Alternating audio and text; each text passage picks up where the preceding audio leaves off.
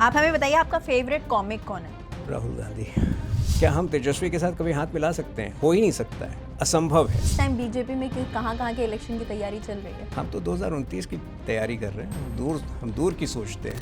3000 kilo अगर ऐसा material Delhi NCR तक पहुंच रहा है जिससे बम बनाया जा सकता है, दिल्ली तक आ सकते हैं, तो फिर कोई भी जगह सुरक्षित नहीं है। प्रधानमंत्री मोदी जी ने भी कहा था कि ऑपरेशन सिंदूर अभी समाप्त नहीं हुआ है। पाकिस्तान एक ऐसा जानवर है जो किसी न किसी तरीके से वापस हमें काटने को दौड़ेगा। आपके हिसाब से मोदी शाह ज्यादा मजबूत जोड़ी है या मोदी और योगी? आपको क्या लगता है योगी आदित्यनाथ देश के अगले पीएम मोदी जैसे लीडर हो सकते हैं? आपके हिसाब से बीजेपी अभी कितने और साल सरकार में रहेगी? अगर कोई एंकर एक राष्ट्रवादी पोजीशन लेता है और कहता है कि ये व्यक्ति देश विरोधी है, मैं उस एंकर को गलत नहीं मानता। एंकर्स का काम कब से ये होने लगा कि वो किसी एक का पक्ष लेंगे?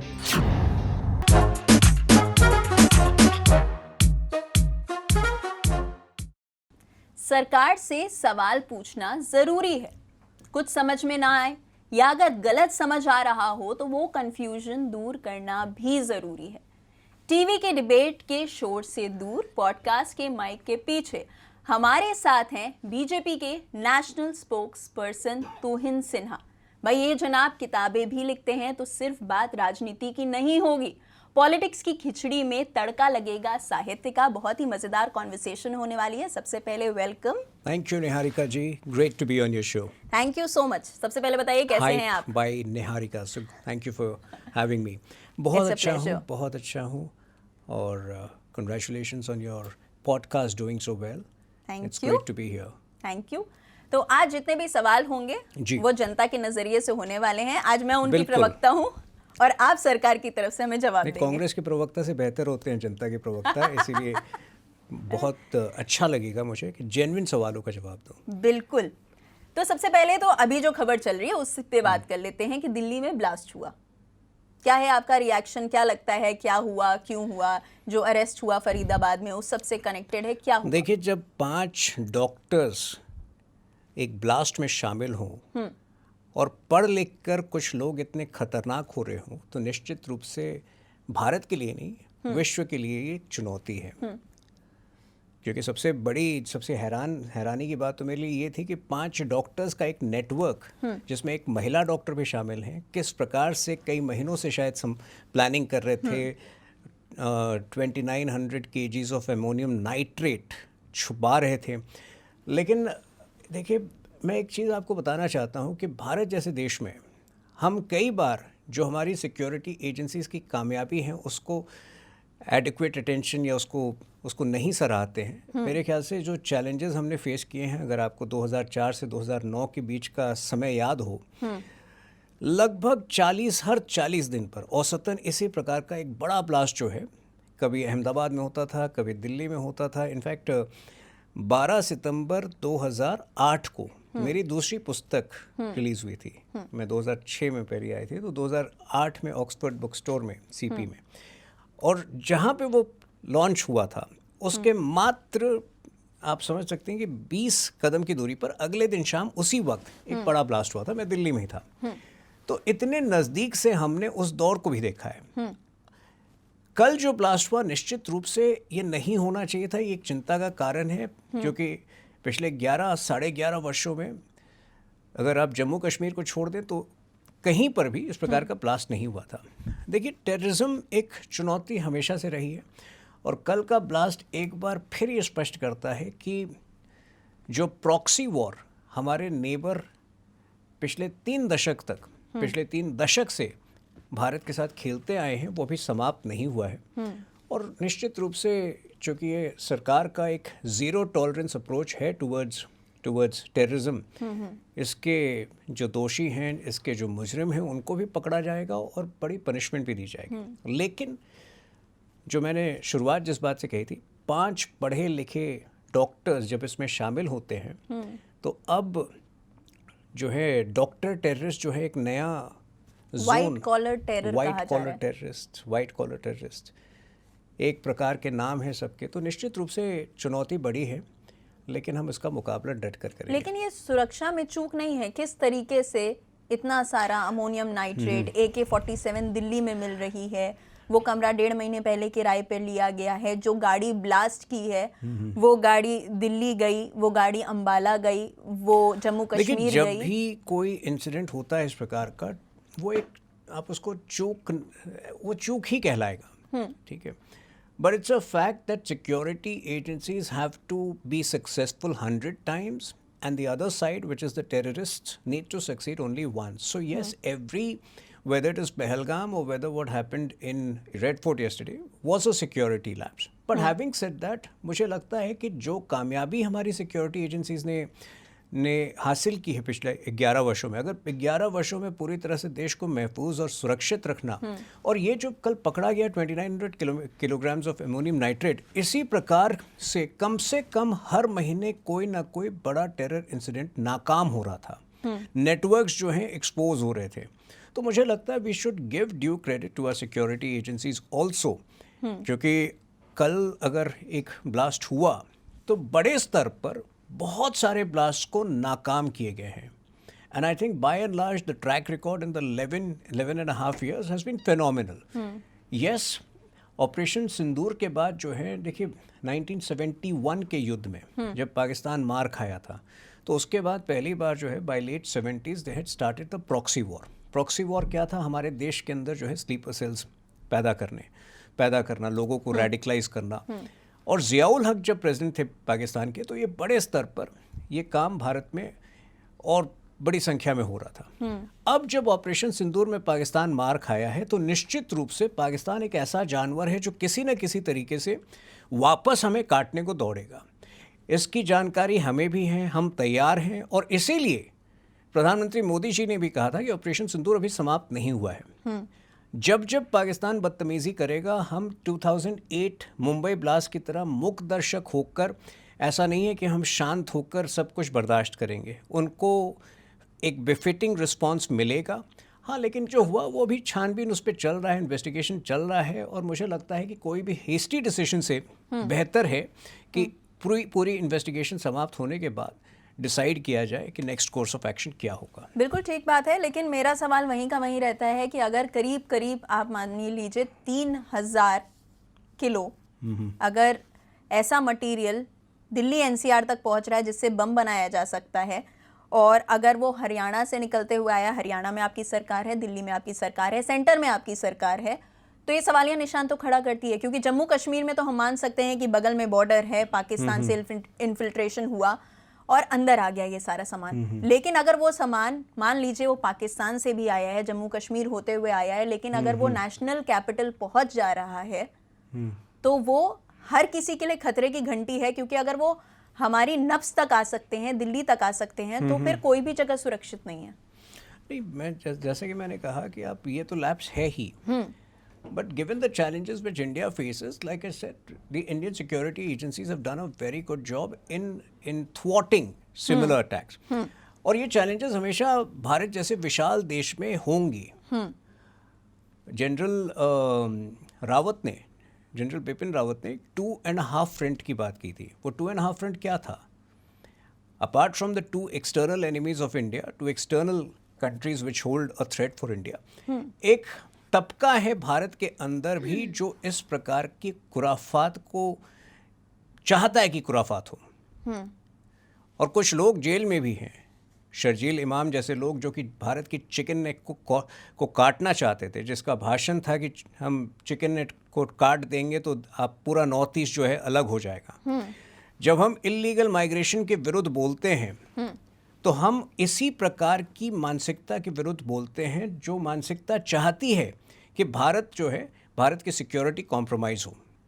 तो ये 0.5 फ्रंट जो है वो भारत के लिए एक बड़ी चुनौती है। और अब जब छानबीन चल रही है, बहुत जल्दी जो है सारे, जो लखनऊ से अगर कोई महिला डॉक्टर पाई जाती है, तो ये उस 0.5 फ्रंट का हिस्सा है। अगर हैदराबाद का कोई डॉक्टर जो है गुजरात के एक मंदिर में प्रसाद में जहर मिलाने की सोच रहा था, तो ये एक 0.5 फ्रंट का हिस्सा है।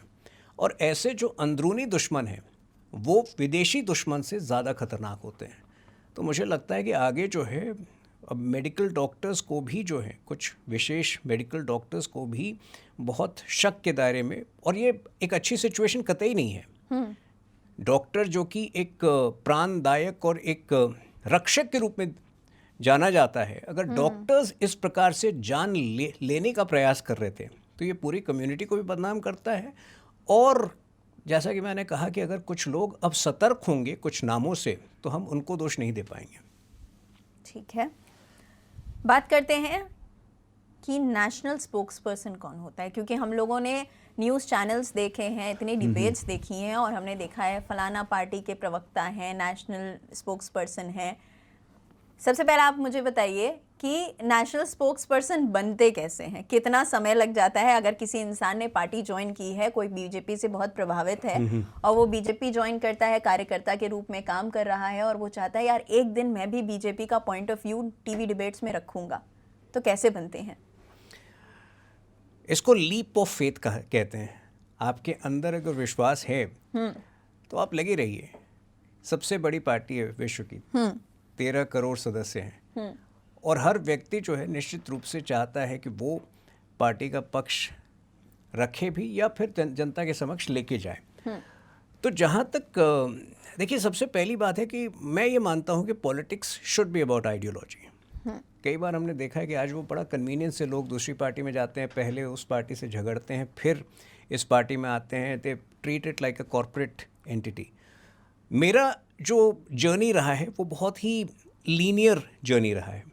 तो अगर मैं थोड़ा सा आपको बताऊं पीछे जाकर, 1990-91 एक और इंटरव्यू मैंने विस्तार से बताया था कि जब आपकी पहली बार इंटरफेस होती है देश के पॉलिटिकल सिचुएशन से, अब हमारे देश के इतिहास में कुछ ऐसे फेजेस रहे हैं जो बहुत इवेंटफुल रहे हैं। जैसे इमरजेंसी का दौर हो गया, तो कोई भी बच्चा भी समझ सकता था वो आक्रोश देखकर बड़ों में कि कुछ तो हो रहा है देश में। एक ऐसा ही फेज़ जो है 89 से 91 के बीच था, जब 1.5 साल में इस देश ने 4 प्रधानमंत्री देखे। राजीव गांधी, वीपी सिंह, चंद्रशेखर, उसके बाद पीवी नरसिम्हा राव।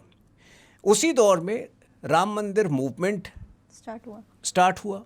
उसी दौर में मंडल कमीशन के इम्प्लीमेंटेशंस भी लागू हुए, उसके विरुद्ध स्टूडेंट का एक आंदोलन भी हुआ। उसी दौरान जो है राजीव गांधी की हत्या भी हुई। तो जो 13 वर्ष का बच्चा उस वक्त पहली बार न्यूज़पेपर पढ़ना शुरू किया हो, उसके लिए बहुत आसान था एक पॉलिटिकल पॉइंट ऑफ व्यू बनाना। उस वक्त एक पहली बार लोगों के मन में एक थकान आ रही थी कांग्रेस के प्रति कि 40 वर्ष के बाद भी देश ने कोई खास मतलब एक ना तो दिशा पकड़ी है, ना एक रफ्तार पकड़ी है। People were looking for an alternative.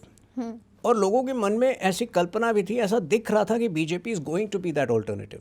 लेकिन for BJP to emerge as a formidable force and to get a majority on its own, it took a very long time. लेकिन मेरे मन में वो क्लैरिटी थी कि Congress can not be my choice. It has to be that alternative point of view towards nationalism, towards governance. तो मेरी यात्रा एक तरह से मेंटली जो है वो बीजेपी के साथ 1990 में आरंभ हो चुकी थी। तो it has been, in that sense, it has been 35 years. ठीक है।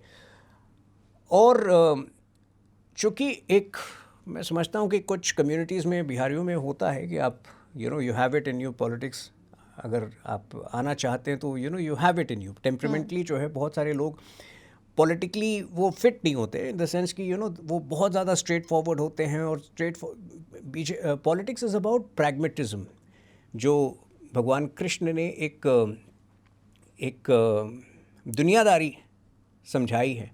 It's about that very balanced approach, a very sagacious, a very adroit approach towards life. कई जगहों पर आपकी नहीं सुनी जाती, आपको वहाँ पर जो है टेम्परामेंटली एडजस्ट करना पड़ता है। तो ये सारी चीज़ें जो हैं मेरे ख्याल से वो somehow I also realised it through my journey that मेरे अंदर थी। तो जब मेरी किताबें आनी शुरू हुई as an author and I wrote 3 political thrillers also, फिर से एक दौर आया 2010 में जब लोगों में आक्रोश था, एक के बाद एक स्कैम्स आ रहे थे। 2G स्कैम था, CWG स्कैम था, कोल स्कैम था। और लोगों में एक वैसी ही नाराज़गी थी एग्जिस्टिंग गवर्नमेंट के विरुद्ध, क्योंकि वो जो एक रिमोट कंट्रोल से उस समय सोनिया गांधी सरकार चलाती थी और हमारे बहुत ही एरुडाइट, सो कॉल्ड एरुडाइट प्रधानमंत्री डॉक्टर मनमोहन सिंह मूक दर्शक बनकर बोलते थे कि ये स्कैम्स में नहीं रोक सकता, कोalition पॉलिटिक्स की मजबूरी है। तो उस वक्त जो है एक आवाज़ आई कि I should, it's about time, if I want to be in politics I should. 2014 के चुनाव के पहले I formally joined the party and obviously in due course over the last 11 years I became Mumbai BJP spokesperson, the national spokesperson. तो मुझे लगता है कि सबसे पहली चीज़ जो बहुत अहम होती है और जो आम तौर पे लोग इग्नोर करते हैं वो है आइडियोलॉजिकल क्लैरिटी। जब बीजेपी की हम बात करते हैं तो एटलीस्ट राष्ट्रवाद के मुद्दे पर आज किसी से भी अगर आप पूछ लें कि कौन देश हित में काम करता है और तो कौन देश विरुद्ध काम करता है, देश के विरुद्ध, तो मेरे ख्याल से 9 में से 10 लोग आपको सही उत्तर देंगे। ठीक है, जो एक व्यक्ति आपको गलत उत्तर देगा वो शायद वोट चोरी के ढकोसले में फंसा होगा या वो मंत्रमुग्ध होगा उस विचार से। तो सबसे पहली बात तो आइडियोलॉजिकल क्लैरिटी होती है। दूसरा, obviously it's there is a lot of patience involved in that entire journey, because अगर आप 13 करोड़ लोगों की पार्टी में राष्ट्रीय प्रवक्ता बनते हैं, मतलब आप समझ सकते हैं कि 13 crore is greater than the population of the entire Europe. It is it's as good as 4-5 countries. तो यहाँ उतनी ज़्यादा प्रतिस्पर्धा, उतनी ज़्यादा कंपटीशन को झेल कर आप आगे बढ़े हैं। तो I think ideology, patience and eventually it is luck, because किसी भी इस प्रकार के काम में you have to hang on. कई बार जो है लोग एक समय के बाद मायूस होकर उनको लगता है कि यार नहीं हो रहा है, छोड़ देते हैं। I think that leap of faith, that conviction, that जो मैं जिस दिशा में आगे बढ़ रहा हूँ, जो पाने की कोशिश कर रहा हूँ, जो कार्य करने की कोशिश कर रहा हूँ वो सही है, विपरीत से विपरीत परिस्थितियों में वो यकीन होना, मेरे ख्याल से वो बहुत बड़ी क्षमता होती है, बहुत बड़ी काबिलियत होती है। ठीक है, आइडियोलॉजी वाली बात पे हम बाद में आएंगे। उससे पहले मुझे ये समझना है कि as a national spokesperson आपके क्या ड्यूटीज़ होते हैं, KRAs होते हैं, और क्या पार्टी अपने नेशनल स्पोक्स पर्सन को या फिर जो स्टेट स्पोक्स पर्सन्स भी होते हैं, क्या उनको एक डेजिग्नेटेड सैलरी दी जाती है? नहीं, सबसे पहले तो सैलरी का कोई दूर दूर तक सवाल नहीं है। कोई सैलरी नहीं है आपको? We are in a socialist mode. Okay. तो हम जो है पूरी तरह जो है पार्टी को समर्पित हैं and it's a social work. तो कैसे कमाते हैं फिर आप लोग? मैं तो as an author I still have a small entity which creates content. Obviously, I don't talk about it because my priority, 80% of my time, 80% of my energy is consumed in politics. अब जो नहीं कमाते हैं, जिनकी अपनी professional identity नहीं है, वो क्या करते हैं उनको आपको बुला के पूछना पड़ेगा। ठीक है। But I have a very straight approach and I have retained my identity as a writer and as a content person. Responsibilities का जहाँ तक सवाल है, देखिए आप पार्टी की आवाज़ हैं, आप फ्रंटलाइन वॉरियर हैं, तो जितना इम्पोर्टेंट किसी विषय पर बोलना होता है उतना ही इम्पोर्टेंट होता है कि आप किसी विषय से दूर रहें। It's not your job to rush in to making a comment when you are not clear, when the party stand is not clear. For instance, कल मैं रिपब्लिक के स्टूडियो में था, 8 बजे एक लाइव शो होना था, 7:30 बजे तक ये पूरी खबर आ गई। अब उस समय जो है मैं शो पे जा सकता था, लेकिन उस समय the government we were yet to know whether it is a terror attack और whether it is a cylinder blast. So in the absence of that clarity, अगर मैं एक राष्ट्रीय प्रवक्ता के तौर पर जाता हूँ, I don't think that would have been fair. And because Arnab is a friend, we had a chat and we decided that it makes sense for me to just not speak today. और मैं वापस आया। तो सबसे पहले तो जिन विषयों पर आपको बोलना है उतना ही इम्पोर्टेंट होता है ये समझना कि हर विषय पर आपको बोलना ज़रूरी नहीं है। ठीक। ये कुछ लोग नहीं समझ पाते हैं, तो वो रोज़ सुबह से जो है वो बाइट्स पे बाइट्स देना शुरू कर देते हैं और कई बार उन बाइट्स की वजह से कुछ विवाद भी क्रिएट हो जाता है। तो ये तो एक बात हो जाती है। दूसरा, मैं इसको ब्रॉडली 2 तरीके से देखता हूँ कि पिछले 11.5 वर्षों में ढेर सारे काम हुए हैं। पहली बार जो है we are talking about concrete numbers कि जब हम विकसित भारत की बात करते हैं तो what is the size of the economy now, what will be the size of the economy 22 years later. अगर आज हम 4.3 ट्रिलियन डॉलर इकोनॉमी है तो संभवतः हम 30 ट्रिलियन डॉलर इकोनॉमी होने की कल्पना कर रहे हैं. तो जो मिनिस्ट्री स्पेसिफिक कार्य हो रहे हैं, अभूतपूर्व कार्य हो रहे हैं, whether it is the semiconductor manufacturing space, whether it is in the space sector, आम तौर पे हर प्रवक्ता जो है उतनी गंभीरता से प्रो या डेवलपमेंट विषयों का अध्ययन नहीं करता. मुझे लगता है कि one should be abreast about everything. That is one part of it, what is happening in the government, all the good work. And the other part, which, by default consumes more time, is bashing up the Congress party. Is making it clear that, ये दो भाग होते हैं. एक तो मतलब आप अपने सरकार के अच्छे कार्यों को जो है ज़्यादा से ज़्यादा लोगों तक, जनता के समक्ष पहुंचाएं, और दूसरा विपक्ष पर निरंतर प्रहार जारी रखें, क्योंकि लोकतंत्र में बहुत इम्पोर्टेंट होता है.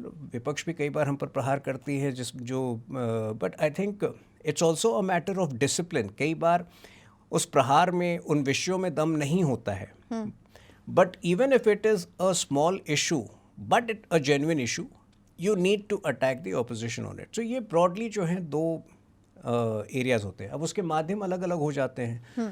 जैसे 300 से ऊपर आर्टिकल्स पिछले 3 वर्षों में हैं मेरे अलग अलग जगहों पर. वो मूल तौर पे हैं पूरी तरह डेवलपमेंट इश्यूज पे फोकस्ड है.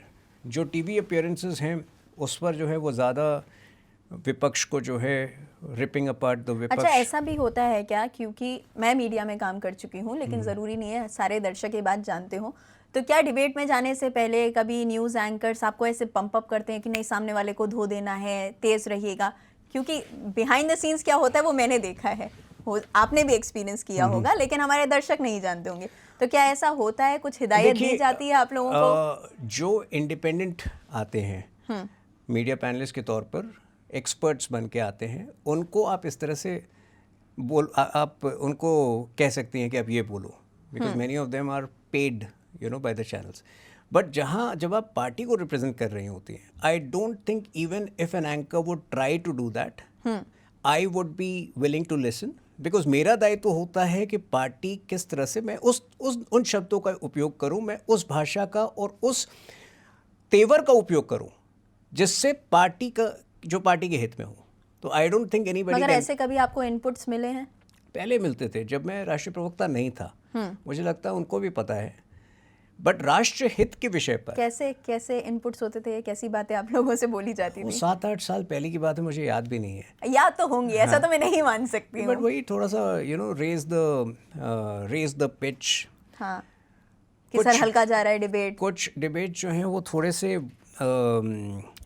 Like they very divisive debates हो जाते हैं. और इसमें मैं मीडिया को भी ब्लेम नहीं करता हूँ उतना, क्योंकि हमारा देश का जो विपक्ष है इस वक्त, वो बहुत ही नालायक विपक्ष है.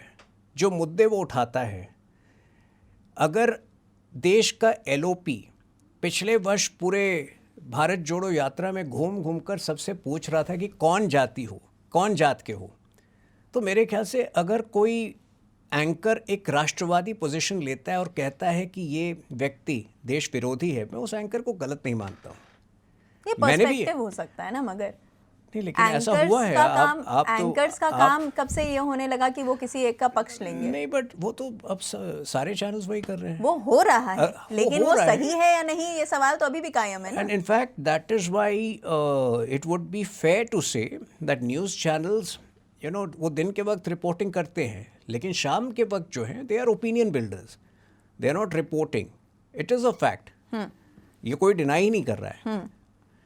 एंड आज ये गलत भी नहीं माना जा रहा है, प्रोवाइडेड आप एक दायरे में रह के, if you have a certain view and if that view is in sync with broader national perspective, I don't see anything wrong with it. Because you are from that party may be.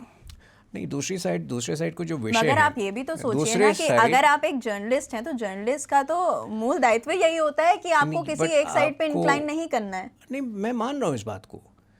And that is where probably the management of the, I'm sure even the management of the channel must be taking a call on it. क्योंकि We'll come to that.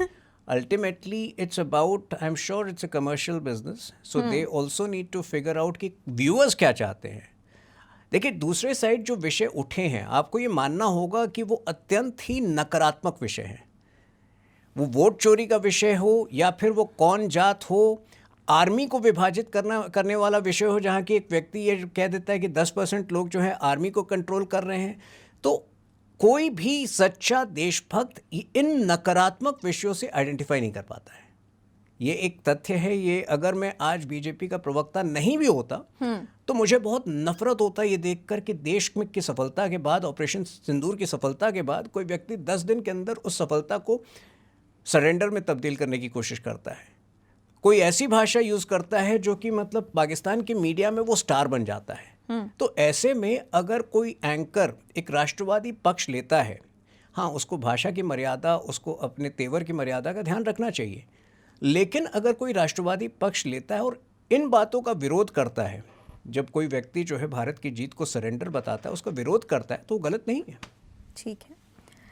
एक बात जिसके लिए BJP की हमेशा सराहना होती है वो उनकी प्लानिंग है, कि किस तरीके से वो लोग इलेक्शन की प्लानिंग करते हैं, किस तरीके से वो लोग इलेक्शन की तैयारी करते हैं, कि ग्राउंड वर्कर तक उनको मालूम होते हैं कहाँ कौन है, किस तरीके से प्लानिंग चल रही है। एक स्टेट जीतने के बाद वो लोग उसी की खुशी में नहीं रह जाते हैं, वो लोग नेक्स्ट स्टेट की प्लानिंग शुरू कर देते हैं। तो आप मुझे ज़रा जल्दी से और ज़रा आसानी से समझाइए कि सबसे पहले बीजेपी किस तरीके से फंक्शन करती है, किस तरीके से प्लानिंग करती है, और अगर किसी एक स्टेट में इलेक्शन होने वाला होता है तो जो ऑन ग्राउंड लोग होते हैं उनको क्या हिदायतें दी जाती हैं, उनकी क्या ब्रीफिंग होती है, और जो लोग ऑन ग्राउंड नहीं होते हैं, न्यूज़ चैनल्स में जाते हैं। देखिए, बीजेपी एक मिशन मोड में रहती है। जीत ज़रूरी होता है, लेकिन उस जीत जो है वो जीत एक पड़ाव होता है। उससे कभी ऐसा नहीं होता है कि उस जीत के बाद जो है वो 15 दिन की छुट्टी पर निकल जाए। वो जिस दिन जीत होती है, शाम को अगले चुनाव की तैयारी हो जाती है। क्यों? क्योंकि जीत का एक ही मकसद होता है। जो हारा हुआ व्यक्ति होता है वो कभी अपनी एजेंडा को पूरी नहीं कर सकता। वो देश की जो देश के लिए जो उसकी एजेंडा उसकी कभी पूर्ति नहीं कर सकता। तो सबसे पहली बात तो राजनीति में जीतना ज़रूरी है, और जीत के बगैर जो है आप देश को कभी नहीं बदल सकते। ये बात जो है कांग्रेस को भी समझना चाहिए। इसलिए बार बार केवल इसलिए क्योंकि हम जीतते हैं उनको तरह तरह के संशय उत्पन्न नहीं करने चाहिए। ठीक है। दूसरा, जैसा मैंने कहा, बीजेपी के लिए we are in a mode जहाँ की एक धर्म पे हम काम कर रहे हैं। हमारा धर्म है देश निर्माण, देश के भविष्य के लिए काम कर रहे हैं। तो जीत तो ज़रूरी है, लेकिन हम ऐसा नहीं होता है कि उस जीत से जो है हम हमेशा एक मिशन मोड में होते हैं। यहाँ कोई अंतर नहीं होता है जब फील्ड पे आप होते हैं, जब आप किसी स्टेट को जुटाने की प्रक्रिया में जुटे होते हैं। तो यहाँ कोई मतलब कैबिनेट मिनिस्टर और ग्राउंड लेवल के कार्यकर्ता में कोई अंतर नहीं होता है। सब साथ में बैठ के खाना खाते हैं। अभी 2 दिन पहले मैं जयपुर डायलॉग्स के सेशन में था। वहाँ पल्लवी घोष, जिन्होंने कांग्रेस को 20 वर्षों तक कवर किया है, वो अपने एक्सपीरियंस शेयर कर रही थी। आज भी राहुल गांधी पॉलिटिक्स में आज 22 साल पूरा कर रहे हैं। जब वो कांग्रेस के हेडक्वार्टर में आते हैं, एक भी स्टाफ का नाम नहीं जानते हैं। ये बीजेपी में असंभव है। अगर आप कभी बीजेपी के दफ्तर में, हेडक्वार्टर्स में आई हूँ, सबसे पहले तो हर जर्नलिस्ट जो है, ही और she is free to move anywhere.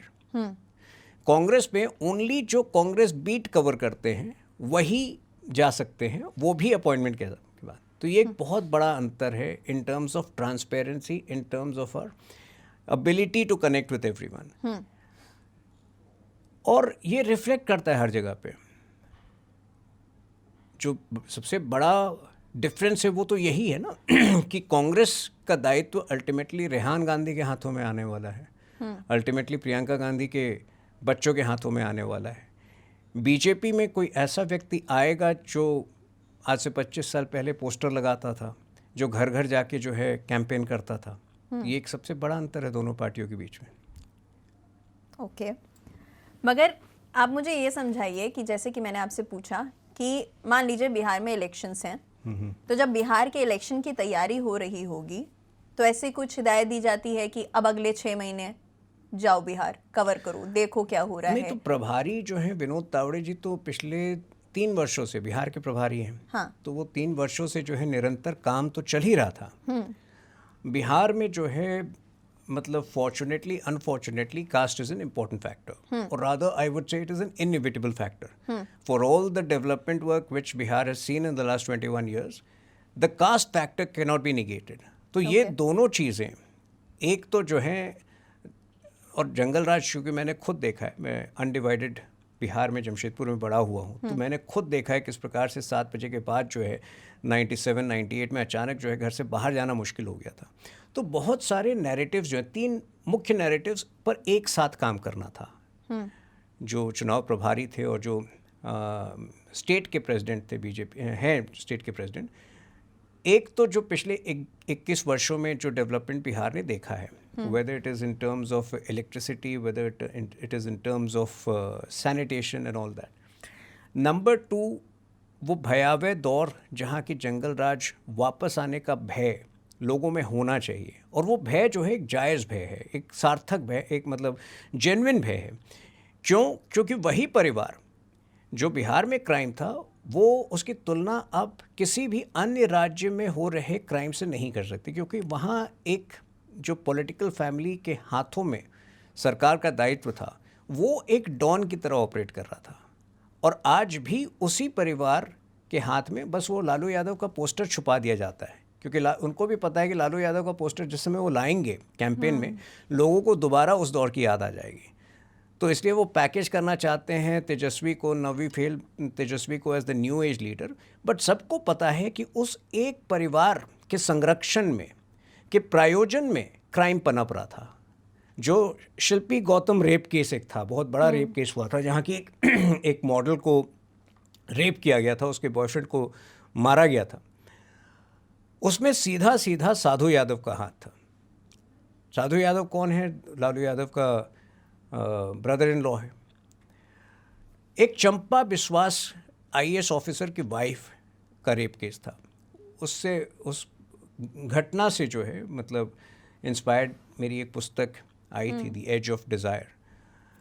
तो ये सारी चीज़ें हमने प्रत्यक्ष तौर पे देखी। ये नैरेटिव का दूसरा पहलू था कि वो जंगल राज जो है लोग ना भूलें और डेवलपमेंट के लिए वोट दें। और तीसरा पहलू, जैसा मैंने कहा कि हम चाह के भी वहाँ caste is an inevitable factor.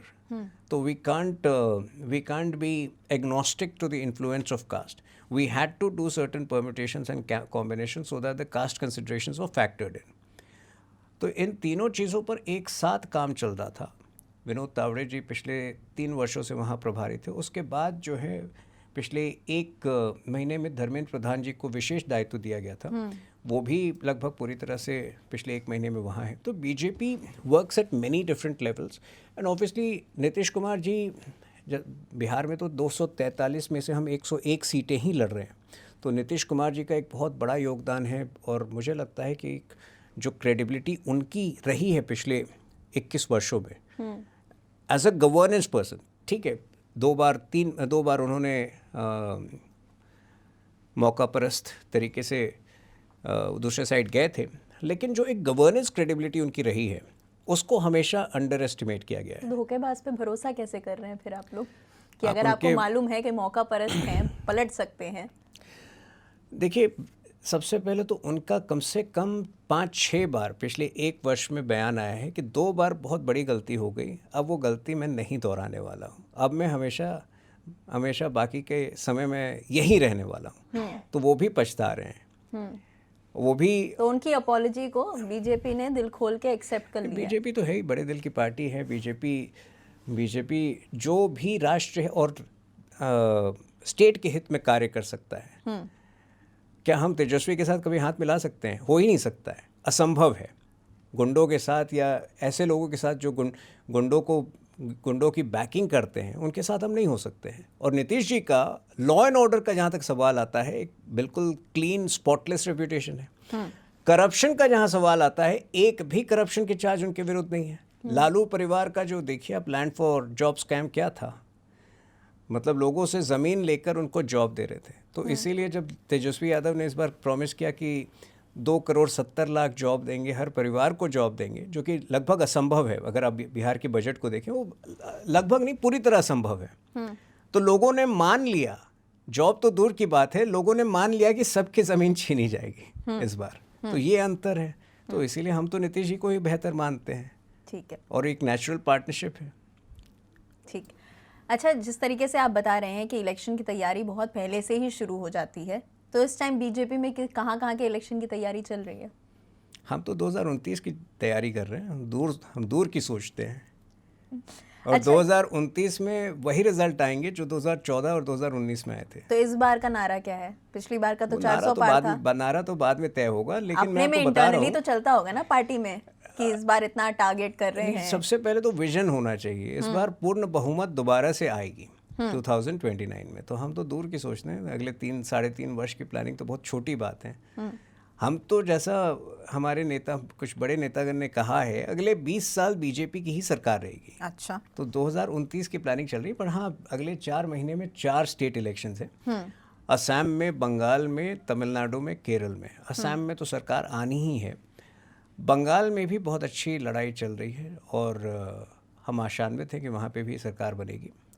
Tamil Nadu, Kerala की अलग चुनौतियाँ हैं। वहाँ देखते हैं क्या होता है। अच्छा, कोई भी ऑर्गेनाइजेशन हो, कोई भी फर्म हो, डिसएग्रीमेंट्स होना बहुत मामूली सी बात है। और कई बार होगा कि किसी अगर टॉपिक पे बात चल रही है तो डेडलॉक्स भी हो जाते हैं कि आधे लोगों को लगता है ये होना चाहिए, आधे लोगों को लगता है ये नहीं होना चाहिए। तो वो डेडलॉक रिजॉल्व कौन करता है आपकी पार्टी में, और वो फाइनल वीटो वोट किसका होता है? नहीं, सबसे पहले तो डेडलॉक सामने आते नहीं हैं। एक परिवार के बीच अगर कोई मतभेद होता है तो वो परिवार के अंदर ही सुलझाना होता है। वही मैं कह रही हूँ, अगर मान लीजिए बीजेपी के अंदर ही कोई अगर ऐसा डिसएग्रीमेंट है, कुछ बात है। हमारी व्यवस्था है, वो तो राष्ट्रीय अध्यक्ष और संगठन मंत्री पूरी तरह से इन्वॉल्व रहते हैं इन विषयों में। तो जैसे कि आपने बताया कि जब आप कांग्रेस की बात कर रहे थे कि राहुल गांधी इतने एक्सेसिबल नहीं है, लोगों से बात नहीं करते हैं। As a BJP party member, आप लोगों के लिए प्राइम मिनिस्टर और होम मिनिस्टर कितने एक्सेसिबल हैं और how often do you meet them? देखिए, मिलना ज़रूरी नहीं है। प्राइम मिनिस्टर मोदी जी की एक खासियत है कि वो भले ही प्रत्यक्ष तौर पे ना मिल रहे हों, उनको हर रोज़ की खबर रहती है कि पार्टी में कौन सा प्रेस कॉन्फ्रेंस हो रहा है। अगर मैं कोई प्रेस कॉन्फ्रेंस कर रहा हूँ, महीने में लगभग एक बार मेरा प्रेस कॉन्फ्रेंस होता है, तो उनको उसकी जानकारी रहती है। तो he has that computerised mind, जहाँ कि उनको मतलब, आप अगर पिछले 7-8 वर्षों में भी अगर 1-to-1 मीटिंग नहीं हुई, उनको एग्जैक्टली पता है कि आपने कब क्या किया है। तो जहाँ तक टॉप मिनिस्टर्स का सवाल है, हमारा एज अ थोड़ा सा एक पैरेलल एक डिस्टिंक्शन है between the party and the government. While the party fully complements the government, party के इश्यूज में राष्ट्रीय अध्यक्ष और संगठन मंत्री इन्वॉल्व होते हैं। तो अगर कोई इशू आपको अगर मुझे डिस्कस करना है, तो मैं संगठन, सबसे पहले तो मीडिया सेल हेड होते हैं, अनिल बलूनी जी हैं। उसके बाद संगठन मंत्री हैं और फिर राष्ट्रीय अध्यक्ष हैं। और वो हमेशा जो है संवाद, उनसे खुला संवाद होता है, पूरी तरह एक्सेसिबल है, कहीं कोई इशू नहीं है। ओके। आपने बताया बीजेपी हमेशा एक्शन मोड में रहती है। एक विक्ट्री के बाद दूसरी जगह की तैयारी में ऑलरेडी आप लोग होते हैं। जितने विक्ट्री के सेलिब्रेशंस के वीडियो और फोटोज़ हम लोग देखते हैं कि प्रधानमंत्री आए, होम मिनिस्टर आए, वेव किया, उन्होंने स्पीच दी, आप लोगों के पार्टी हाउस के अंदर वहाँ पे कैसा सेलिब्रेशन होता है? क्या बात होती है? क्या मोटिवेटिंग स्पीचेस दी जाती हैं? कोई स्पेशल चीज़ है कि भाई अगर पार्टी जीतेगी तो इस बार ये खाने के लिए मंगाया जाएगा? ऐसे सेलिब्रेशंस कुछ होते हैं? देखिए, कार्यकर्ताओं को प्रोत्साहित करने के लिए निश्चित रूप से उस दिन शाम को एक सेलिब्रेशन होती है, जिसमें अक्सर प्रधानमंत्री मोदी जी मौजूद होते हैं पार्टी हेड ऑफिस में, और उस विक्ट्री की यात्रा पर संवाद करते हैं, अपना भाषण देते हैं, और उसके बाद जश्न मनाई जाती है। लेकिन उस रात से जो है, मेरे ख्याल से हर व्यक्ति एक बार फिर कार्यों में जुट जाता है और अगले विक्ट्री की प्लानिंग करने लगता है। तो विक्ट्री जो है मेनली कार्यकर्ताओं को प्रोत्साहित रखने के लिए, उनके साधुवाद के लिए महत्वपूर्ण होती है। अन्यथा 24 घंटे काम कर, हम अगले विक्ट्री में जुड़ ही जाते हैं अगले दिन। कोई सेरेमोनियल कुछ सेलिब्रेशन होता है या कोई ऐसी चीज़ होती है जैसे न्यूज़ चैनल्स में हमेशा होता है कि कुछ भी होता है हर चीज़ पे वो लोग जलेबी और समोसे ज़रूर लेकर आते हैं, तो ऐसी कुछ नहीं, होता है भी? वो तो प्रेस कॉन्फ्रेंस भी होता है तो जर्नलिस्ट को भी समोसे तो दिए ही जाते हैं, समोसे होते हैं, कभी मिठाई होता है। जलेबी हम अवॉइड करते हैं बिकॉज हम बहुत सीधे लोग हैं। अच्छा। तो उसमें रसगुल्ला और जो मेरी जानकारी गुलाब जामुन निश्चित रूप से होता है।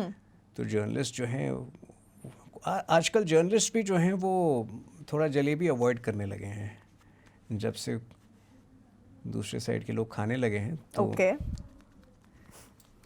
आपके हिसाब लेकिन से? एक बड़ा अंतर मैं आपको और बता रहा हूँ। देखिए बिना बात जो है एक तरफ एक ऐसे वंशज हैं। बिहार के इलेक्शन की आप बात कर रही थी। बिहार के इलेक्शन के ठीक पहले जो सबसे निर्णायक दौर था जब आरजेडी और कांग्रेस पार्टी को सीट शेयरिंग तय करना था कि कौन कितने सीट पर लड़ेगा, अचानक ये वंशज जो हैं 15 दिन के लिए गायब हो जाते हैं। क्या बताया जाता है हमें? कोलंबिया गए हैं, साउथ अमेरिका। अब हिंदी हार्टलैंड के जो पॉलिटिशियंस होते हैं, बिहार यूपी के जो पॉलिटिशियन होते हैं, उनको नवरात्र में जन संवाद का महत्व पता है। दुर्गा पूजा के पंडाल में आप जाते हैं, माता के दर्शन भी करते हैं और जिस प्रकार का जन संवाद होता है उसका महत्व वो समझते हैं। रामलीला में जब वो पार्टिसिपेट करते हैं तो उसका महत्व जानते हैं। यहाँ एक ऐसे वंशज हैं जो 15 दिन नवरात्र के समय जो है 15,000 किलोमीटर दूर दक्षिण अमेरिका में पता नहीं कौन सा नवरात्र मना रहे थे। तो पूरी प्रायोरिटी जो है ना लोगों को दिखती है, कौन समर्पित है जनता के बीच, कौन किसका ध्यान कहाँ पर है। और वो मुझे अगर आप पूछें तो वो 15 दिन जब वो गायब थे, मेरे ख्याल से पूरा मोमेंटम आरजेडी और कांग्रेस का ख़त्म हो गया। उसके बाद लड़ाई झगड़े हुए सीट शेयरिंग को लेकर। अच्छा, आज भी जब हम बात कर रहे हैं तो ऐसी क्या तलब है, ऐसी क्या मजबूरी है कि आप हर 15-20 दिन में आपको बाहर जाना ही पड़ता है। मेरे ख्याल से ये आपके कमिटमेंट के अभाव को दर्शाता है। और यहाँ पर जो है BJP is way above the Congress party, because यहाँ जो है हमारे प्रधानमंत्री पिछले 24 वर्षों से जब से वो गुजरात के मुख्यमंत्री बने हैं, मुझे नहीं लगता है कि एक दिन भी उन्होंने छुट्टी ली है। और आज भी अगर आप उनका शेड्यूल देखें, सुबह 8 बजे, पिछले शनिवार की बात है, बनारस में एक इवेंट था, उसके बाद 2 सभाएं बिहार में थी, उसके बाद एक लॉयर्स के बीच, सुप्रीम कोर्ट के लॉयर्स के बीच एक इवेंट था 5:30 बजे, उसके बाद वो एडवाणी जी के घर जाते हैं उनको विश करने। तो जो मेहनत प्रधानमंत्री मोदी जी 75 वर्ष की आयु में कर रहे हैं, अगर 15 दिन उससे आधी मेहनत के बाद 55 वर्ष के युवक को छुट्टी की आवश्यकता पड़ती है, तो ये उनके कमिटमेंट, ये उस वंशज के कमिटमेंट के अभाव को दर्शाता है। और मुझे लगता है कि आज ये एक बहुत बड़ा डिसाइडिंग फैक्टर है। जब आप जेन जी की बात करते हैं, जो ये बार बार जेन जी को उकसाने का प्रयास किया जा रहा है, नेपाल का उदाहरण देके कि जेन जी सड़क पे क्यों नहीं आ रही है। मैं आपको एक इंस्टेंस बता रहा हूँ। मैं आज से 10 दिन पहले एक कैब में जा रहा था और मैं अपने किसी साथी के साथ, बल्कि आलोक जी के साथ ही उस दिन संवाद हुआ। मैं उससे पहले जो है एक दिन पहले मुझे एक स्पीच देना था कि ब्लॉकचेन टेक्नोलॉजी का क्या असर होने वाला है भारत की इकनॉमी पे। तो मैं उसके बारे में बता रहा था उन्हें, and I was very fascinated by this entire concept of blockchain technology, AI in India. जो कैब ड्राइवर था वो मुझे बहुत ध्यानपूर्वक सुन रहा था। जब 20 मिनट बाद यात्रा समाप्त हुई तो कहता है, सर मैं आपकी बात सुन रहा था, मैं एक्चुअली, मेरा एक स्टार्टअप है एआई का, मैं दिन में वहाँ काम करता हूँ, अगर आप समय दें तो मैं आपको उसके बारे में आके बताना चाहता हूँ।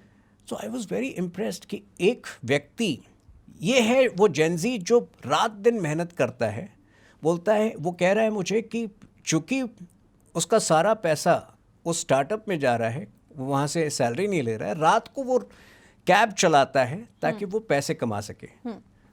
तो हमारी जेनजी जो है इतनी ईमानदार है, इतनी मेहनती है, इतनी परिश्रमी है, क्योंकि वो खुद का जीवन भी बेहतर बना रही है और देश के लिए भी काम कर रही है। वो जेनजी, क्या आपको लगता है कि बिना बात केवल एक वंशज बार बार हार रहा है, बार बार वो झूठ फैला रहा है और उनको उकसा रहा है कि सड़कों पर आ जाए, तो उसकी बात सुनकर सड़क पे आएंगे?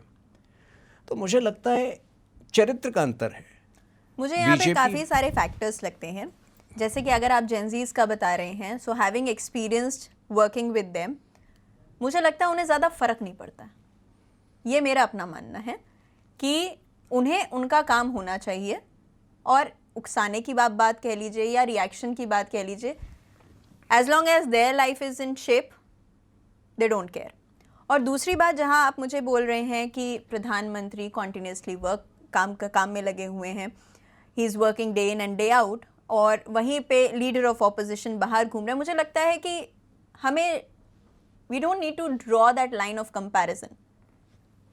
अगर प्रधानमंत्री काम कर रहे हैं, इट इज़ गुड, उन्हें काम करना चाहिए, एंड लीडर ऑफ ऑपोजिशन अगर काम नहीं कर रहे हैं और छुट्टियां मना रहे हैं, उसका उनको रिजल्ट मिल रहा है, उसका खामियाजा वो उठा रहे हैं। आप अंतर पूछ रही थी, आप मैं इसलिए वो अंतर बता रहा था जी। और ये अंतर जो है आज मुझसे ज़्यादा, आज we have a very robust input mechanism. ये फीडबैक जो है आज जनता से आती है। बिल्कुल। जो जनता बार बार रिजेक्ट कर रही है कांग्रेस पार्टी को, ये वो रिजेक्शन उनको भी समझ में आ रहा होगा कि हर इलेक्शन में अगर वो लोग और एक हमारे सीट लिए लाने अच्छा की है, हमारे लिए अच्छा है। कल को मैं चुनाव लड़ना चाहूँगा 2029 में, तो मैं तो चाहता हूँ कि एक ऐसा माहौल बने कि लोग इतना गुस्सा में हों कांग्रेस पार्टी से कि कोई भी कैंडिडेट हो वो चुनाव बीजेपी से वो चुनाव जीते, तो ये मेरे भी हित में होगा। अच्छा, आपके हिसाब से बीजेपी के टॉप 5 लीडर्स कौन है? अगर आपको अपने फेवरेट टॉप 5 बताने मेरे हो, लिए उचित नहीं होगा। अगर आपको अपने टॉप 5 बताने हो, मेरे लिए उचित नहीं होगा एज अ पदाधिकारी, मेरे लिए उचित नहीं होगा ये बताना। मुझे लगता है कि अगर प्रेरणा जिनसे मिली हो, और मेरे लिए उन राजनेताओं के बारे में बात करना ज़्यादा बेहतर होगा जो इस वक्त राजनीति में सक्रिय नहीं है। ठीक है, तो जो हमारे दर्शक ये वीडियो देख रहे हैं, ये सवाल मैं उन पर छोड़ देती हूँ कि आप हमें बताइएगा कि आपके हिसाब से बीजेपी का टॉप लीडर कौन है, बीजेपी में ऐसा कौन सा नेता है जो आपको सबसे ज़्यादा पसंद है। आपके हिसाब से बीजेपी की ऐसी कौन सी क्वालिटीज़ हैं 3 जो किसी और पार्टी में नहीं है, जिस वजह से कोई बीजेपी के बराबर आगे आने वाले 10 सालों में भी नहीं खड़ी हो पाएगी? मैं इसको थोड़ा सा आपके प्रश्न को चेंज कर देता हूँ। बताइए। जो पिछला प्रश्न था ना, आपने जो टॉप लीडर्स कहा, टॉप के बजाय मैं कहूँगा कि जो प्रॉमिसिंग लीडर्स हैं, आने वाले समय में जिनमें अपार संभावनाएं हैं और जो कि आगे जो हैं वो एक टॉर्च बेरर के तौर पर जो हमारा डेवलपमेंट विकास का एजेंडा है उसको भी नई ऊंचाइयों तक ले जाएंगे। निश्चित रूप से जो है BJP being a party of self made individuals, right from home minister Amit Shah to UP CM Yogi Adityanath ji, to Maharashtra CM Devendra Fadnavis ji, to Assam CM Himanta Biswa Sharma ji, there is unlimited possibilities. देखिए, एक बहुत इम्पॉर्टेंट चीज़ आपने देखा होगा कि जब हम कुछ बड़े इकोनॉमिक गोल्स को लेकर आगे बढ़ रहे हैं, विकसित भारत के गोल्स को, तो आज हमारा हर एक मुख्यमंत्री, बीजेपी का मुख्यमंत्री अपने राज्य का दायित्व समझ रहा है। तो it's a very healthy competition where Maharashtra chief minister Devendra Fadnavis ji वो चाहते हैं कि महाराष्ट्र जो है $1 ट्रिलियन इकोनॉमी के अपने लक्ष्य को जल्द से जल्द पूरा करे और संभवतः 2029 तक वो पूरा हो जाएगा। यूपी के सीएम जो हैं वो अलग अलग प्रोजेक्ट्स को अंजाम दे रहे हैं, वो चाहते हैं कि यूपी जो है $1 ट्रिलियन इकोनॉमी के लक्ष्य को पूरा करे। एक यूपी के अंदर तो विशेष तौर पे जो है अयोध्या और बनारस का जिस प्रकार से मेकओवर हुआ है, स्पिरिचुअल टूरिज्म जो है it's adding up to the economy numbers in a very big way. So the good thing is that there is very healthy, एक बहुत ही सकारात्मक कंपटीशन चल रही है भारत को आगे बढ़ाने के लिए। आई think that is the beauty of BJP. Okay, कहीं कोई नकारात्मकता आपको नहीं दिख रही, और जब वो साथ में बैठेंगे तो जो अपनी गवर्नेंस के पॉलिसीज़ को के ऊपर नोट्स भी एक्सचेंज करते हैं कि अच्छा आपने इस डिपार्टमेंट में ये किया, इससे जो है रेवेन्यूज़ इंक्रीज हो सकती है, इससे जो है रिजल्ट्स बेहतर हो सकते हैं। I think that's the beauty of BJP. Okay, so हमारे व्यूअर्स के पास अब 2 सवाल हैं। जो पहले मैंने पूछा था कि आपके हिसाब से बीजेपी का टॉप लीडर कौन है, और दूसरा आपके हिसाब से बीजेपी का सबसे प्रॉमिसिंग लीडर कौन सा है। ठीक जी, ठीक है, आप मुझे बताइए बीजेपी के लिए कौन सी ऐसी चीज़ है जो एकदम नॉन कहते हैं कि नो कॉम्प्रोमाइज जोन है, जहां पे नो नॉनसेंस। राष्ट्रीय सुरक्षा। ओके। क्रिटिक्स ने बीजेपी पर हमेशा सवाल उठाए हैं, और स्पेशली हाल ही के कुछ समय में, कि बीजेपी हमेशा रिलीजन को मिक्स करती आई है पॉलिटिक्स के साथ। What is BJP stand on that? BJP believes in cultural nationalism. और जब हम कल्चरल नेशनलिज्म की बात करते हैं, हमारे लिए इतिहास जो है वो 1198 में शुरू नहीं हुई थी विद फॉरेन इन्वेजन्स।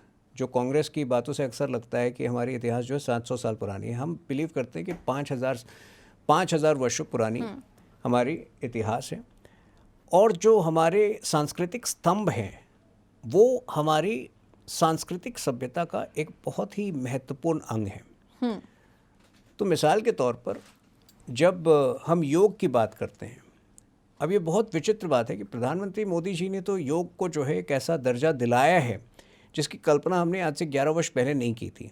आज यूएन में जब बड़े स्तर पर लोग योग में पार्टिसिपेट करते हैं बड़ी संख्या में, उसकी कल्पना हमने पहले नहीं की थी। वहीं आज तक आप देखिए, जो हमारे दूसरी पार्टी के वंशज हैं, युवराज हैं, उन्होंने आज तक उस दिन योग दिवस में पार्टिसिपेट करना तो दूर की बात है, लोगों को विश भी नहीं करते हैं। तो हमारे लिए रिलीजन से ज़्यादा जो हमारी कल्चरल आइडेंटिटी है, देश की कल्चरल आइडेंटिटी है, which undoubtedly is rooted in Sanatan ethos, वो हमारे लिए महत्वपूर्ण है। We are not in denial of the fact that we are a civilizational nation, we are a spiritual nation, and that civilization and that spiritual identity is rooted in Sanatan faith. तो ऐसे में जब कई बार एक नाम दे दिया जाता है, एक टाइटल दे दिया जाता है कि एक हिंदू पार्टी है, तो क्या ये बीजेपी के लिए एक कंसर्न है? क्योंकि 1995 में सुप्रीम कोर्ट का रूलिंग है, Hinduism is a way of life. हम उस वे ऑफ लाइफ को आगे बढ़ाते हैं, उस पद्धति को आगे बढ़ाते हैं जहाँ की वसुदेव कुटुंबकम जो है वो हमारे लिए बहुत महत्वपूर्ण है। और हम बहुत अनअपोलोजेटिक हैं। देखिए, अगर आप डेटा पे जाएं, आप बहुत रिसर्च ओरिएंटेड एंकर हैं, तो आप जस्ट कुछ डेटा को अगर आप देखें, जो भी सरकारी स्कीम्स रही हैं, भले वो नल से जल हो, भले वो जनधन योजना हो, भले वो स्वच्छ भारत योजना हो, भले वो मुद्रा योजना हो, भले वो उज्ज्वला योजना है, मुसलमानों की जो प्रतिशत है आबादी की, उसकी तुलना में जो टोटल कवरेज उनके समुदाय को मिला है, अगर 15% उनकी ऑफिशियल आबादी है, तो कम से कम 25 से 35% coverage of these schemes have gone to that community. तो मुझे इसके बाद क्यों ये आरोप लगते हैं, कहीं कोई पक्षपात नहीं हुआ है। प्रधानमंत्री आवास योजना जो जिसमें घर बनाए गए हैं जितने, उसमें कहीं कोई पक्षपात अगर हो तो आप बताइए।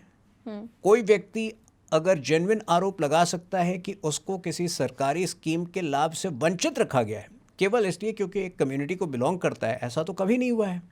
तो एक मिथ क्रिएट करना, एक ढकोसला प्रोपोगेट करना कि जानबूझकर कि BJP is anti Muslim, BJP is anti minority, मेरे ख्याल से it has outlived it's timeline. Okay. और जो लोग ऐसा कर रहे हैं वो बार बार उन्हें वही हार का सामना करना पड़ेगा जो उन्हें 2014, 19 और 24 में मिला था। ओके। आपके हिसाब से मोदी शाह ज्यादा मजबूत जोड़ी है या मोदी और योगी? इस पर मैं कोई कमेंट नहीं कर सकता। और ये जोड़ी तो, प्रधानमंत्री की जोड़ी जो है वो पूरे देश के साथ है। और प्रधानमंत्री मोदी जी कम से कम अगले 10 वर्ष तक इसी तरह, कम से कम मैं कह रहा हूँ, अगले 10 वर्ष तक इसी तरह देश को जो है नई ऊंचाइयों की ओर आगे लेके जाएंगे। आपके हिसाब से आप बताइएगा हमें कमेंट्स में, मोदी योगी ज़्यादा मजबूत आपको नज़र आते हैं या मोदी और शाह? आपको क्या लगता है, योगी आदित्यनाथ देश के अगले पीएम मोदी जैसे अगर हो आपको सकते हैं? बीजेपी की जानकारी हो तो ये इतनी प्री प्लानिंग नहीं होती है। फिर भी जितना आप, क्योंकि आप नेशनल स्पोक्सपर्सन हैं। मैं आपको एक एग्जाम्पल देता हूँ। हाँ। मैं सिर्फ मतलब ये आपको बता सकता हूँ कि जब सौरव गांगुली भारत के कैप्टन बने थे, उस वक्त जो है India did not have the winning habit. ठीक है। सौरव गांगुली ने भारत की क्रिकेट टीम में वो ऊर्जा भर दिया, वो जीतने की एक आदत डाल दी, जिसके बाद उनसे भी ज़्यादा कामयाब कैप्टन जिनको जो उन्होंने एक फाउंडेशन क्रिएट किया भारत की टीम के लिए, उस आने वाले समय में उस प्रेरित होकर उनसे भी ज़्यादा कामयाब कैप्टन मिले भारत को, धोनी के फॉर्म में, कोहली के फॉर्म में। तो प्रधानमंत्री मोदी जी ने जो फाउंडेशन दिया है भारत को, आने वाले समय में जो भी प्रधानमंत्री भारतीय जनता पार्टी से होगा वो इस फाउंडेशन को और ज़्यादा कंसोलिडेट करके भारत को नई नई ऊंचाइयों की तरफ ले जाएगा। लेकिन अगर पीएम नरेंद्र मोदी के बाद कोई नाम लिया जाता है या किसी को उस पोटेंशियल में देखा जाता है, वो योगी आदित्यनाथ का नाम आता है। नहीं, बट ये आपका काम है नाम लेना, ये मेरा काम नहीं है। ये जो पार्टी के पदाधिकारी हैं उनका काम नाम लेना नहीं है, क्योंकि उनको समझ है कि पार्टी कैसे काम करती है। ये तो ऑडियंस की तरफ से है ना, जो आपके दर्शक हैं वो ये मानते हैं कि अगर वो नरेंद्र मोदी की जगह कभी किसी को देखना चाहते हैं, वो योगी आदित्यनाथ को देखना चाहते हैं। हो सकता है इसका एक ये रीजन हो। आपने पोल कराए हैं? हम ये पोल कराते हैं और बहुत सारे लोग हैं। कौन सी एजेंसी और सैम्पलिंग साइज क्या था? ये एजेंसी और सैम्पलिंग साइज मैं आपको एग्जैक्ट कैसे बता सकती हूँ इस वक्त, क्योंकि ये सारे हम लोगों ने जितने भी सोशल मीडिया लेकिन आगे वैकेंसी तो होना चाहिए ना। जैसा मैंने कहा कि अगले 10 वर्ष कम से कम कोई परिवर्तन नहीं है। अच्छा। तो ये एंगेजमेंट जो है मीडिया की तरफ से एक अच्छा, मतलब it's an interesting exciting conversation, और ये आज से नहीं, पिछले 5-6 वर्षों से चल रहा है। अच्छा। लेकिन जो पार्टी के अंदर हैं, जो पार्टी के पदाधिकारी हैं, वो बहुत स्पष्ट रूप से ये मानते भी हैं और जानते भी हैं कि कम से कम अगले 10 वर्ष तक कोई परिवर्तन नहीं होने वाला है, और कोई परिवर्तन चाहता भी नहीं है। Everybody is enjoying this phase. आप देखिए, मैं आपको बता रहा हूँ 2024 का जब परिणाम आया था, जिस दिन 4 जून को, कुछ लोग जो हैं वो मान लिए थे कि अब तो चीज़ें ख़त्म हो रही हैं। पिछले 1.5 वर्षों में जिस रफ्तार से चीज़ें हुई हैं, अगर आप जस्ट डेटा उठा के देखें कि जो निवेश सेमीकंडक्टर के मैन्युफैक्चरिंग में आया है, जो निवेश रेयर अर्थ मिनरल्स जो कि बहुत महत्वपूर्ण है सेमीकंडक्टर बनाने में, सेमीकंडक्टर बहुत इंपॉर्टेंट है कोई भी इलेक्ट्रॉनिक डिवाइस बनाने में, जिस प्रकार के डील्स जो हैं मोदी जी पर्सनली अर्जेंटीना और ब्राज़ील जाके साइन करते हैं, जो कांग्रेसी नहीं समझ पाते हैं, बार बार संशय पैदा करते हैं कि ये अर्जेंटीना क्यों जा रहे हैं, ये ब्राज़ील क्यों जा रहे हैं। तो एक अलग लेवल का पैशन, एक अलग लेवल का कमिटमेंट पिछले 1.5 सालों में ही, मतलब आप अगर प्रधानमंत्री की स्पीचेस देखें, सबसे लंबी इंडिपेंडेंस डे स्पीच इस बार हुई थी, और वो एक ऐसा नहीं था कि कोई मतलब पुरानी बात थी, वो सारे नई बातें थी। जो सुरक्षा कवच की वो बात कर रहे थे, 2035 तक जो है हर प्रकार से भारत को एक महफूज करने का, जहाँ की हर एक कोने पर सैटेलाइट्स की दृष्टि होगी, जो high powered commission for illegal migrants to deal with illegal migrants की बात कर रहे थे। तो प्रधानमंत्री मोदी जी जो हैं उनमें हर रोज़ एक नई ऊर्जा आ रही है, ये आप लोग नहीं समझ पा रही हैं।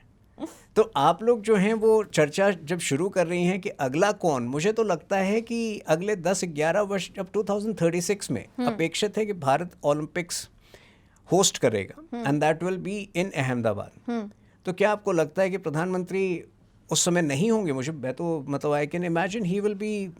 लेकिन उसी के साथ जो ये बात कही गई थी कि 75 साल पे रिटायरमेंट हो जाएगा, 75 साल के बाद बीजेपी का कोई भी नेता इलेक्शन नहीं लड़ेगा, तो क्या ये मान लें कि अगले इलेक्शन में ये कहाँ कहा गया था? ये तो पीएम मोदी ने खुद कहा था। कितने आर्टिकल्स हैं इस बारे में कि 75 साल की उम्र के बाद बीजेपी, कोई भी आर्टिकल नहीं है इसमें। ये अज्यूम किया गया था, क्योंकि उस वक्त जो है 2014 में 3 ऐसे हमारे बहुत सीनियर लीडर्स थे जिनको मंत्री नहीं बनाया गया था, ठीक है, तो अज्यूम कर लिया गया था। लेकिन उम्र जो है, अब जनता अगर आज भी एक ही व्यक्ति पर यकीन कर रही है, एक ही व्यक्ति पर पूरी तरह से आशान्वित है कि he is the best person to lead, I think जनता का मत होता है, उससे महत्वपूर्ण कुछ नहीं होता है। वो बात बिल्कुल ठीक है, लेकिन जिस बात की आप कह रहे हैं, ये आर्टिकल्स मैंने भी पढ़े हैं ये आर्टिकल्स पब्लिश्ड हैं। आप 10 मिनट और ले लीजिए, मुझे एक आर्टिकल दिखा दीजिए। ठीक ये है। ओपिनियन पीसेस होते हैं जो लोग अज्यूम कर लेते हैं। ओके। कहीं पर भी ऐसा लिखा नहीं गया था। इनफैक्ट येदुरप्पा जी भी 80 वर्ष की आयु तक तो वो भी सीएम थे, और ये पिछले तीन साल पहले तक की बात है, 2022 तक। तो अगर वो 80 साल की उम्र पीएम तक, Modi is yet to retire, ऐसा कोई रिटायरमेंट का नहीं, मुझे अगर तो लग किसी के रहा है दिमाग में कि- चल रहा है तो ऐसा नहीं है। मुझे तो ये नहीं समझ में आ रहा है कि आप क्यों चाहती हैं वो ये मेरा रिटायर चाहना करें। नहीं है, ये मेरा सवाल है। Because Trump is 79, you know, the Bangladesh chief advisor Mohammad Yunus is 85, और मुझे लगता है कि 85 की उम्र में प्रधानमंत्री मोदी जी मोहम्मद यूनुस से कहीं ज़्यादा एक्टिव रहेंगे। बिकॉज एक चीज़ आप फैक्टर नहीं कर रही है, जितना ट्रैवल वो आज भी कर रहे हैं, जितनी सभाएं 45 मिनट की स्पीचेस, ये आसान नहीं होता 75 की एज में। तो अगर उनमें वो अलर्टनेस है, अगर वो पैशन है, अगर वो विषयों के अध्ययन करने की क्षमता है, तो मुझे तो लगता है कि वो एक नए कीर्तिमान की ओर जा रहे हैं। तो 85 तो मुझे लग रहा है जिसको आप ओपिनियन बोल रहे हैं वो आडवाणी जी को पद ना मिलने के बाद से बात शुरुआत हुई होगी इस चीज कुछ लोगों ने ये धारणा बनाई थी, लेकिन Advani ji at that point of time was 86 years old in 2014. He is currently 98. तो अडवाणी जी 86 years के थे, 75 से कहीं अधिक वो थे, और वो he has already been a deputy prime minister. तो क्या आप वैसे भी डेप्यूटी प्राइम मिनिस्टर होने के बाद एक महज मंत्री बनना किसी के लिए उचित नहीं था। There are factors. जो व्यक्ति डेप्यूटी प्राइम मिनिस्टर रह चुका है, क्या उसके लिए वैसे भी उचित होता कि वो महज एक मंत्री बनकर रहे 2014 में? आप कभी, मैं तो अडवाणी जी से 2020 में लास्ट मिला हूँ, 2019 में मिला हूँ, राम मंदिर का जो जजमेंट आया था नवंबर में, उस वक्त मिला था। तो ही वॉज वेरी हैप्पी, कोई शिकायत नहीं है उनको। तो अगर आपको शिकायत है तो आई थिंक वो शिकायत दूर करिए। ये मेरी शिकायत नहीं है, बस मेरा एक सवाल है। इसके बाद अगर हम पूछें आपसे, जितना आप मीडिया को स्टडी कर रहे हैं, जितना आप लोगों को स्टडी कर रहे हैं, आप अलग अलग जगह ट्रैवल करते होंगे, बहुत सारे नेताओं से मिलते होंगे, बातचीत होती होगी, कार्यकर्ता मिलते होंगे, आपके हिसाब से बीजेपी अभी कितने और साल सरकार में रहेगी, सेंटर में? देखिए, बीजेपी ने विनिंग को एक आदत बना ली है, और वो आदत इसलिए बनाई है क्योंकि विनिंग उनके लिए एक वो नहीं है, एक एंड नहीं है, वो एक जरिया है एक बेहतर देश बनाने का। तो और लोग भी अब इस बात को एक्सेप्ट कर रहे हैं। पहली बार कई राज्यों में हमने प्रो इनकम्बेंसी वोट देखे हैं। मध्य प्रदेश में जो है शंकाएं थी कि बीजेपी का वोट शेयर कम होगा। 2 साल पहले जब चुनाव हुआ, 20 साल सत्ता में रहने के बाद हमारी वोट शेयर बढ़ी। महाराष्ट्र में पिछले 10 वर्ष से हम सत्ता में हैं। यही चीज़ जो है बिहार में होने वाला है। बिहार में आज पोलिंग हो रही है, फ्राइडे को काउंटिंग हो जाएगी। स्पष्ट संकेत है जो भी वहाँ गया है कि प्रो इनकम्बेंसी वोट पड़ने वाला है। तो आज से 11 वर्ष पहले लोग परेशान हो जाते थे अगर कोई 5 साल 10 साल रहे कि उसके विरुद्ध वोट होता था। आज उसके पक्ष में वोट हो रहा है। तो ये एक बहुत बड़ी चीज़ है। मुझे लगता है कि आज के युग में जहाँ सोशल मीडिया की वजह से केवल और केवल लोगों में इम्पेशंस आ रहा है, लोग रेस्टलेस हो रहे हैं, लोग चेंज चाहते हैं, वहाँ अगर कोई पार्टी ने अपने वर्क एथिक्स, अपने कमिटमेंट से लोगों को पूरी तरह अपने साथ किया है, विश्वास जीता है, तो मुझे तो लगता है 20 साल बहुत कम समय है। कम से कम 20 साल और बीजेपी ही रहेगी। और उसका कारण है कि हमारी सेकेंड और थर्ड जनरेशन लीडरशिप तैयार है। कई नाम मैंने लिए सेकेंड जनरेशन में। अगर जब प्रधानमंत्री मोदी जी जब फाइनली जो है वो पद छोड़ते हैं कभी आज से 10-15 साल बाद, तो अमित शाह जी से लेकर योगी आदित्यनाथ जी से लेकर देवेंद्र फडणवीस जी से लेकर हिमंत बिस्वा शर्मा जी से लेकर और यहाँ तक कि जो बीजेवाईएम एक इतना सक्रिय संस्था है, BJYM is the youth wing of BJP, वहाँ से भी जो नेता निकलते हैं। अब हर्ष सांघवी जो हैं, जो अभी डिप्टी सीएम है गुजरात के, वो मात्र 40-42 साल के हैं। तो हम तो थर्ड जनरेशन ऑफ लीडरशिप को भी ग्रूम कर रहे हैं। जहाँ की कांग्रेस में जो है आज रेहान गांधी को ग्रूम किया जा रहा है, प्रियंका गांधी के बेटे को। तो मुझे नहीं लगता है कि अगले 20 वर्ष जो है कोई सत्ता परिवर्तन होने वाला है। बिकॉज जो 2047 का लक्ष्य है वो देश भी चाहता है कि उन लक्ष्यों की प्राप्ति हो, और वो तभी होगा जब कांग्रेस बाहर रहेगी सत्ता से। ठीक है, थोड़ा सा शिफ्ट लेते हैं पॉलिटिक्स से आपकी राइटिंग पर। जी। आपकी राइटिंग की बात करें तो पहले तो मुझे बताइए कि ये कॉर्पोरेट वर्ल्ड से जब आपका पॉलिटिकल वर्ल्ड में शिफ्ट आया तो कितना इम्पैक्ट किया इसने आपको, क्योंकि डेडिकेटेडली आप बुक्स लिख रहे थे, इतना लिटरेचर में थे, और उसके बाद एकदम बीजेपी में भी आप आए, ऐसी पार्टी, और उसके तुरंत बाद बीजेपी पावर में आ गई। नहीं, कॉर्पोरेट वर्ल्ड में तो मेरा बहुत सीमित रोल रहा है। As an author also I was independent. कुछ समय स्क्रीन राइटिंग भी मैंने की है, वो भी एक तौर से इंडिपेंडेंट ही काम था। But politics requires a greater level of conviction.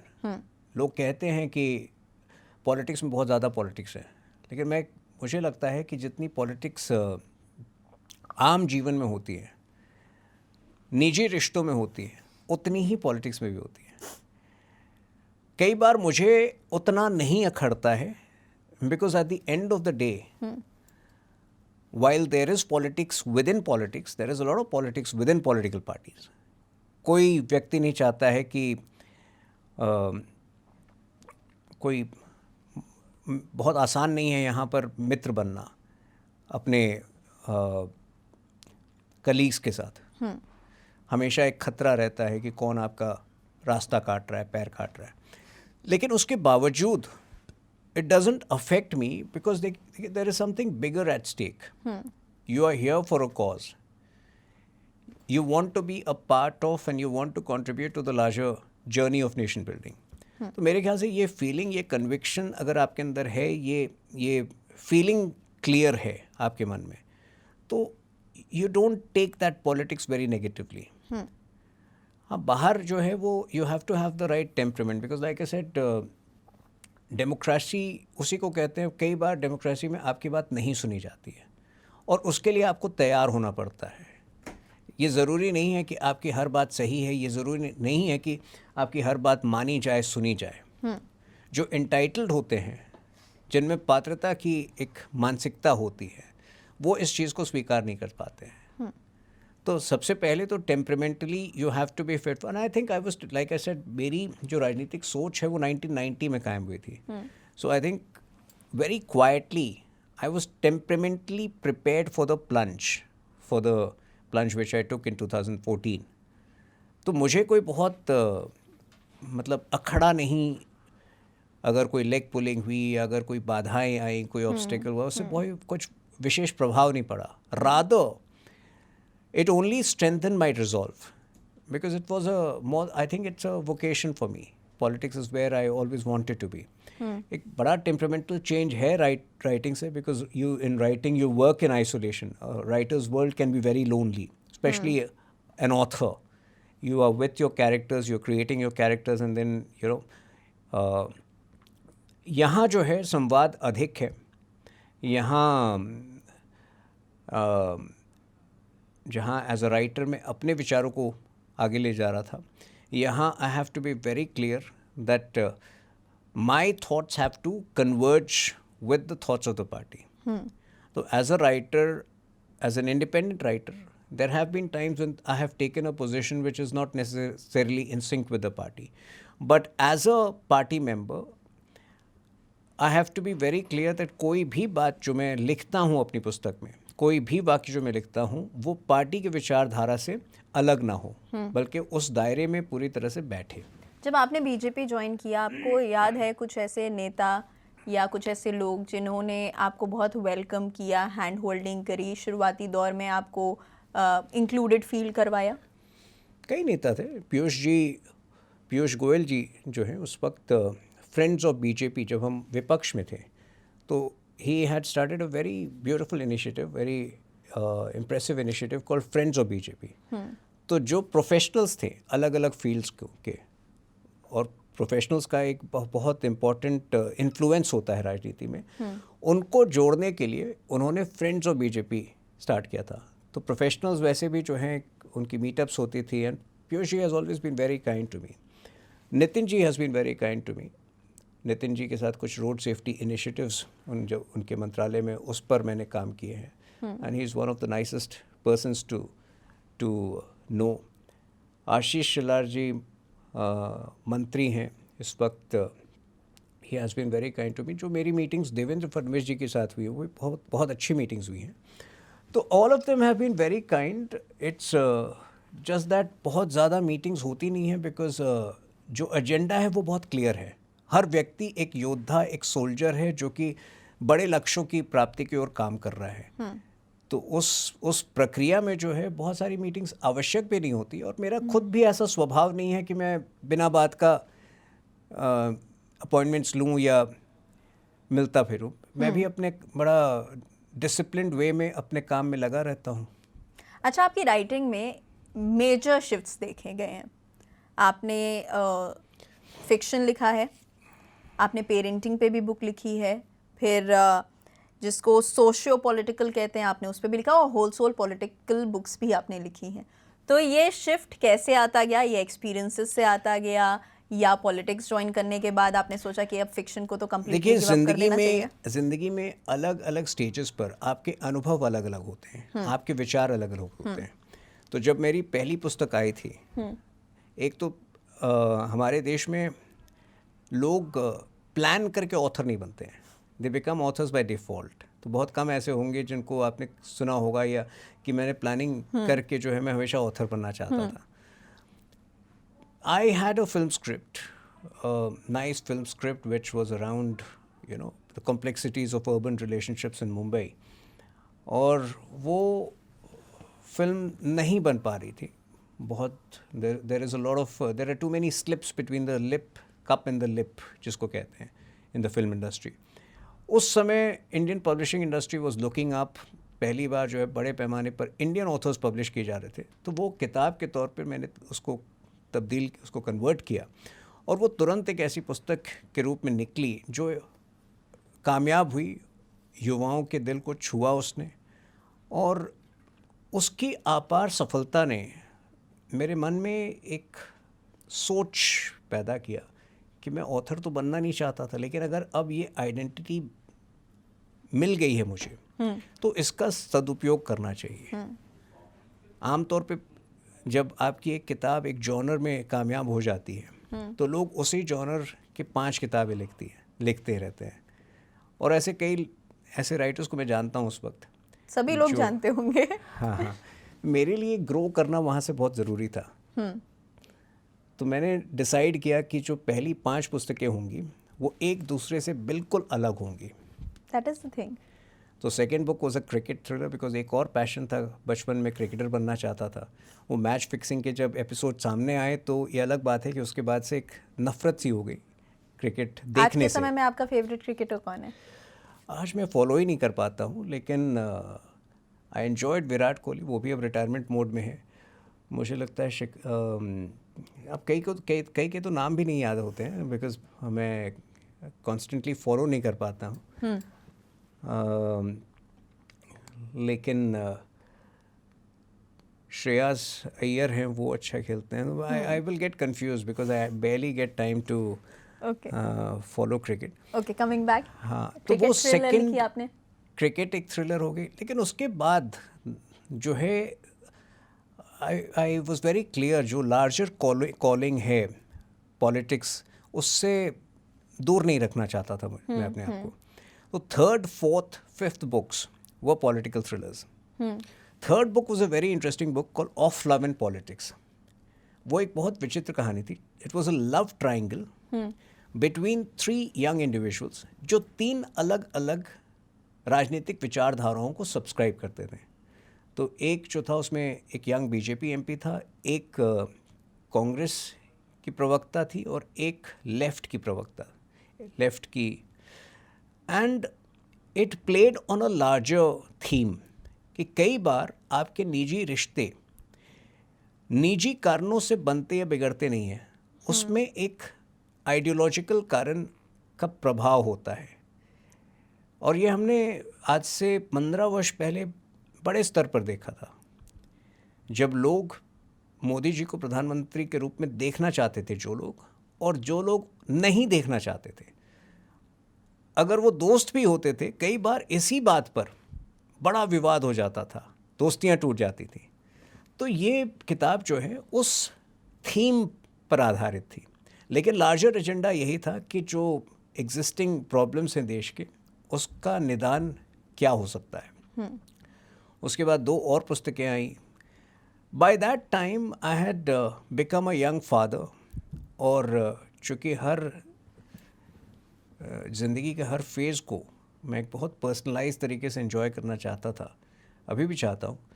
मुझे लगा कि एक ऐसी पुस्तक लिखी जाए जिसमें मेरे एक्सपीरियंसेस यंग फादर्स के काम भी आ सके, उन्हें प्रेरित भी कर सके, बिकॉज बहुत सारे जो क्लीशेड जेंडर रोल्स रहे हैं, मुझे लगता है कि हमें उनसे ऊपर उठना चाहिए। तो मैंने 1.5 साल जो है एक ऐसी व्यवस्था की थी। I was writing 1 or 2 serials at that point of time, but ऐसी व्यवस्था की थी where my wife used to work and I used to be with the baby most of the times. तो जब आप उसमें सीरियल लिखते हैं तो हफ्ते में या 10 दिन में कभी एक मीटिंग होती है, और ऐसे बड़े फ़नी इंस्टेंसेस भी मुझे याद है जहाँ कि वो बच्चे के साथ एक डे टाइम में नैनी होती थी, मैं उनको पैक करके ले जाता था मीटिंग्स के लिए और कहता था कि बगल वाले रूम में एक मेरी मीटिंग चल रही है, बगल वाले रूम में उसको संभालना बच्चे को। तो जब मीटिंग के बीच में एक बार मेरा बेटा ज़ोर ज़ोर से रोना शुरू कर दिया, और तब तक जो था प्रोड्यूसर को पता नहीं था कि वो है। तो प्रोड्यूसर ने कहा कि एक आवाज़ आ रही है बच्चे के रोने की। तो मैंने प्रिटेंड किया नहीं, मुझे नहीं आ रही है। तब तक और बढ़ना शुरू हुआ। तो but there are many funny instances like this. तो daddy is a tribute to New Age Fatherhood, which came out in 2014.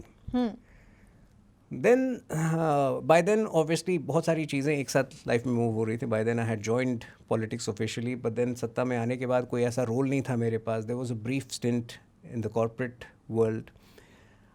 और उसके बाद जो है 2016 के अंत से जब मैं मुंबई का प्रवक्ता बना, उसके बाद फिर से एक तेज़ी के साथ पूरी तरह से राजनीतिक जर्नी आरंभ हुई. एंड ऑब्वियसली उसके बाद एक कश्मीर पे भी एक बड़ी इंटरेस्टिंग किताब आई है. उसका भी पर्पस यही था कि बहुत सिंपल तरीके से एक रोमांटिक स्टोरी के ज़रिए पूरे कश्मीर के विवाद को आप कैसे युवाओं के समक्ष परोस सकें. तो in that story the boy is a Hindu from Banaras, the girl is a Muslim from Srinagar. It follows a time span of 25 years, 26 years, जो 1991 में शुरू होती है. केवल 3 बार ये लोग लाइफ में मिलते हैं और फिर बिछड़ते हैं. 91 में मिलते हैं जब राजनीतिक परिस्थितियाँ कुछ और थी, 2004 में मिलते हैं जब राजनीतिक परिस्थितियाँ कुछ और थी, और 2017 में मिलते हैं when he is a young defense minister of the country and that girl is a celebrated author. But there is a twist in the tale कि ये 26 वर्ष की यात्रा में जो लड़की का पिता 91 में एक प्रोग्रेसिव मुस्लिम था श्रीनगर में, today he is one of the he is one of the leading separatist leaders who wants Kashmir to go to Pakistan और have be an independent country. तो ये एक इंटरेस्टिंग स्टोरी था जिसमें कि जो हमारी स्टोरी का हीरो है वो इंडिया है और the girl is Kashmir.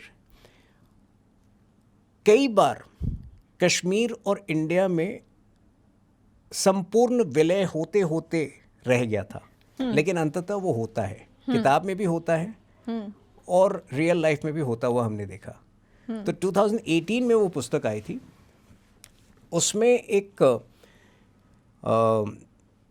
Prediction की गई थी कि bye 2029 the entire Kashmir dispute would be solved, Article 370 would be abrogated and all.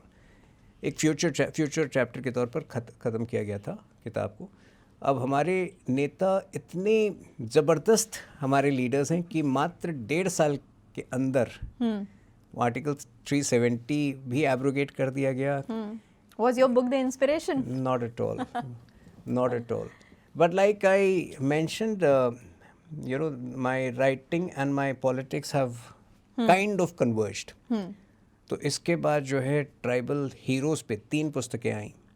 The legend of Birsa Munda, the great tribal warriors of Bharat Siddhu Kanu, एक ये जो आप यहाँ रखी हुई पुस्तक, यस, इसको मैंने क्यूरेट किया है. It's a collection of essays from 23 leaders talking about the development in North East. तो हेमंत बिश्व शर्मा जी, किरण रिजिजू जी, पेमा खांडू जी ने चैप्टर्स लिखे हैं. और एक पुस्तक अभी एक साल या इसी साल शुरुआत में आई थी, climate action India, which talks about India's Prime Minister Modi's larger ambition of net zero, India being achieving net zero mission by 2070 and where do we stand in that journey. तो कुछ हर एक साल कुछ नया एक्सपेरिमेंट करने की कोशिश हुई है राइटिंग के जरिए.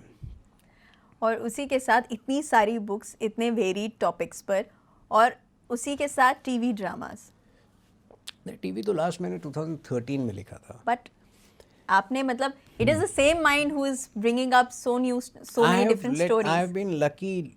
जो आमतौर पर एक जीवन लोग 65-70 साल में जीते हैं, मैंने मतलब मिड 40s तक आते आते समाप्त कर दिया. मैंने बोला अब आगे बढ़ते हैं. 3-4 अलग अलग जीवन मैंने जिए हैं. आप बताएंगे टीवी ड्रामास के नाम, क्योंकि जब मैंने पढ़े थे तो आई वाज एक्चुअली शॉक्ड. नहीं, मैं भी शॉक्ड हो जाता हूँ जब मैं पीछे देखता हूँ. But I have also one of the shows which I have को रिटन. और टीवी ड्रामास जो है एक रिले रेस की तरह होती हैं. अगर वो शो 5 साल चल रहा है तो राइटर्स आते हैं जाते हैं. तो 6 महीने कोई राइटिंग करता है, उसके बाद जो है एक नए ऊर्जा, नए फ्लेवर की ज़रूरत होती है, तो दूसरे राइटर्स आए. तो so one of the very famous shows which is still running on air, which I have co-written in 2011-2012 is ये रिश्ता क्या कहलाता है. People will not believe it because I couldn't. मैं खुद बिलीव नहीं करता हूँ और उसके बारे में इसीलिए ज़्यादा बात भी नहीं करता हूँ. आपने देखा है ये रिश्ता क्या कहलाता है, यानी मुझे कमेंट्स में बताइएगा. कभी कभी अगर आपने फिल्म देखी है तो उसमें अमिताभ बच्चन शायर होता है और उसके बाद एक सीन है, उसके पिता इफ्तिकार हैं और उनके बीच एक सीन है जिसमें वो ज़िंदगी में किसी मायूसी के बाद वो कविता लिखना छोड़ चुके होते हैं. तो जब उनके पिता उससे पूछते हैं अमिताभ बच्चन से कि वो अमित कहाँ चला गया, उसको कहाँ छोड़ दिया तुमने, तो कहता है उसको दूर.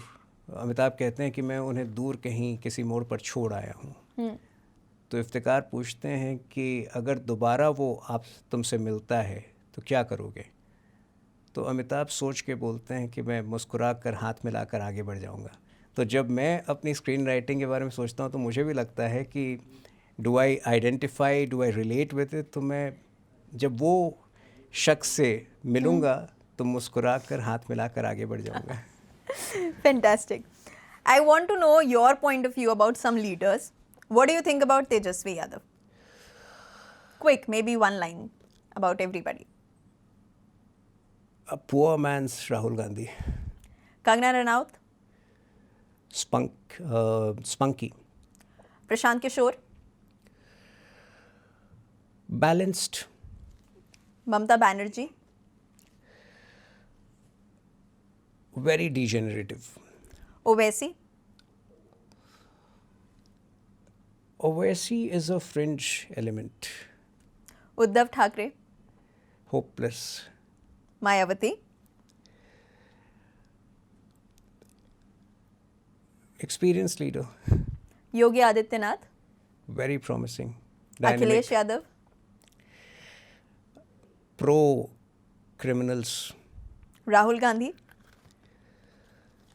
He doesn't deserve a comment. Okay. That's a big comment. Talking about social media has transformed a lot. और जितना ये पिछले जैसे जैसे आपकी सरकार बढ़ती चली गई है, सोशल मीडिया का इम्पैक्ट बढ़ता चला गया है.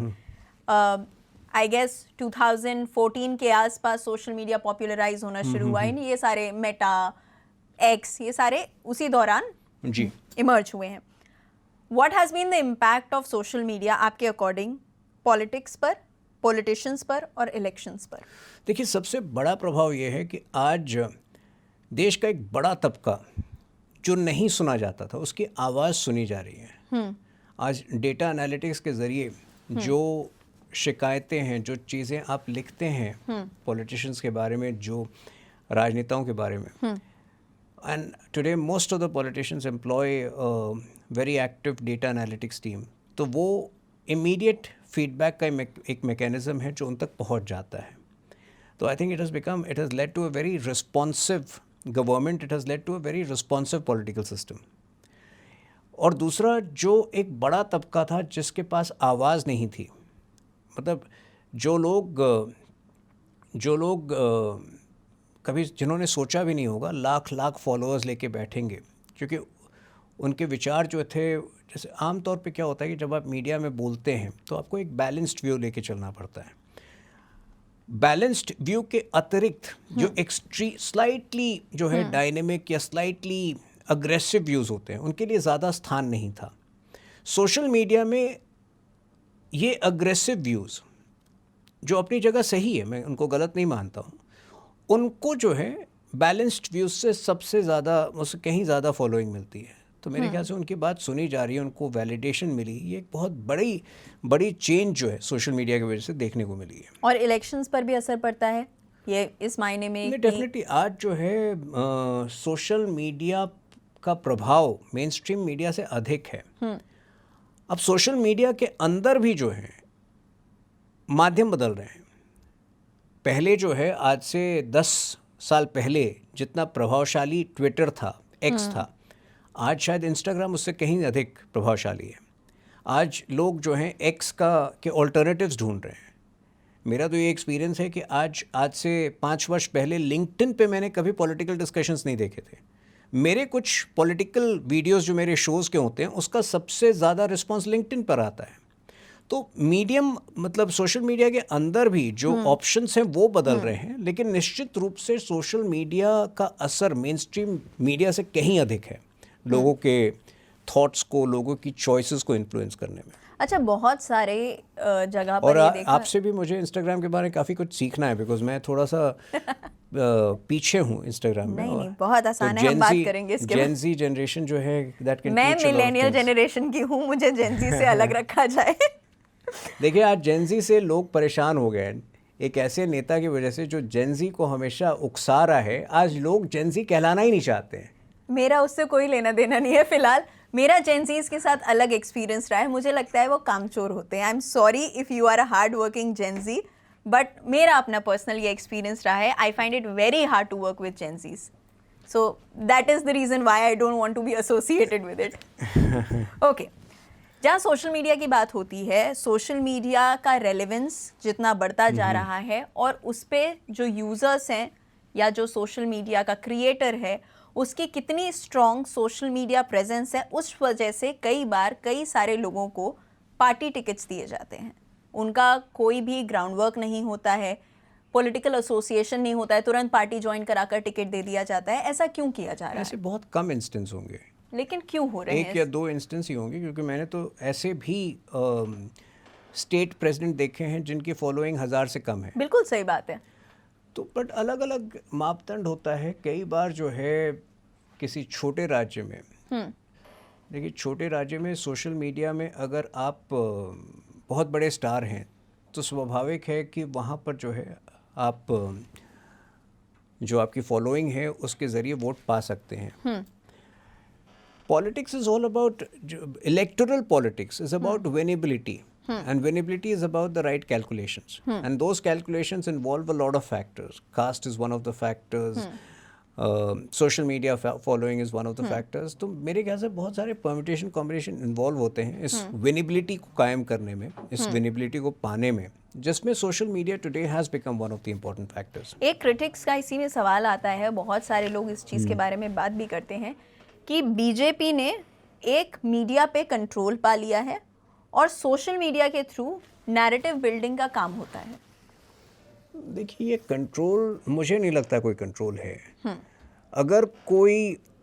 अगर ऐसे एंकर्स, जैसे मैंने कहा कि मैं जयपुर डायलॉग में पल्लवी घोष जी के साथ था, जो राहुल गांधी के पहले स्पीच को जिन्होंने कवर किया था मार्च 2005 में, अगर वो खुद परेशान है इस बात से कि वो व्यक्ति में ग्रोथ आने के बजाय केवल और केवल गिरावट आया है और इस वजह से वो रिलेट नहीं कर पाती उसकी बातों से, मेरे ख्याल से बहुत ईमानदारी से आपको जर्नलिस्ट बता रहे हैं कि दूसरे साइड ऑपोजिशन में आपको कोई उन्हें कोई होप नज़र नहीं आता है। तो अगर कोई राष्ट्र हित में सरकार को सपोर्ट करता है, आई don't think that should be held against that journalist. ये कहना ठीक नहीं है कि आपने जो है दबाव में सपोर्ट किया सरकार को।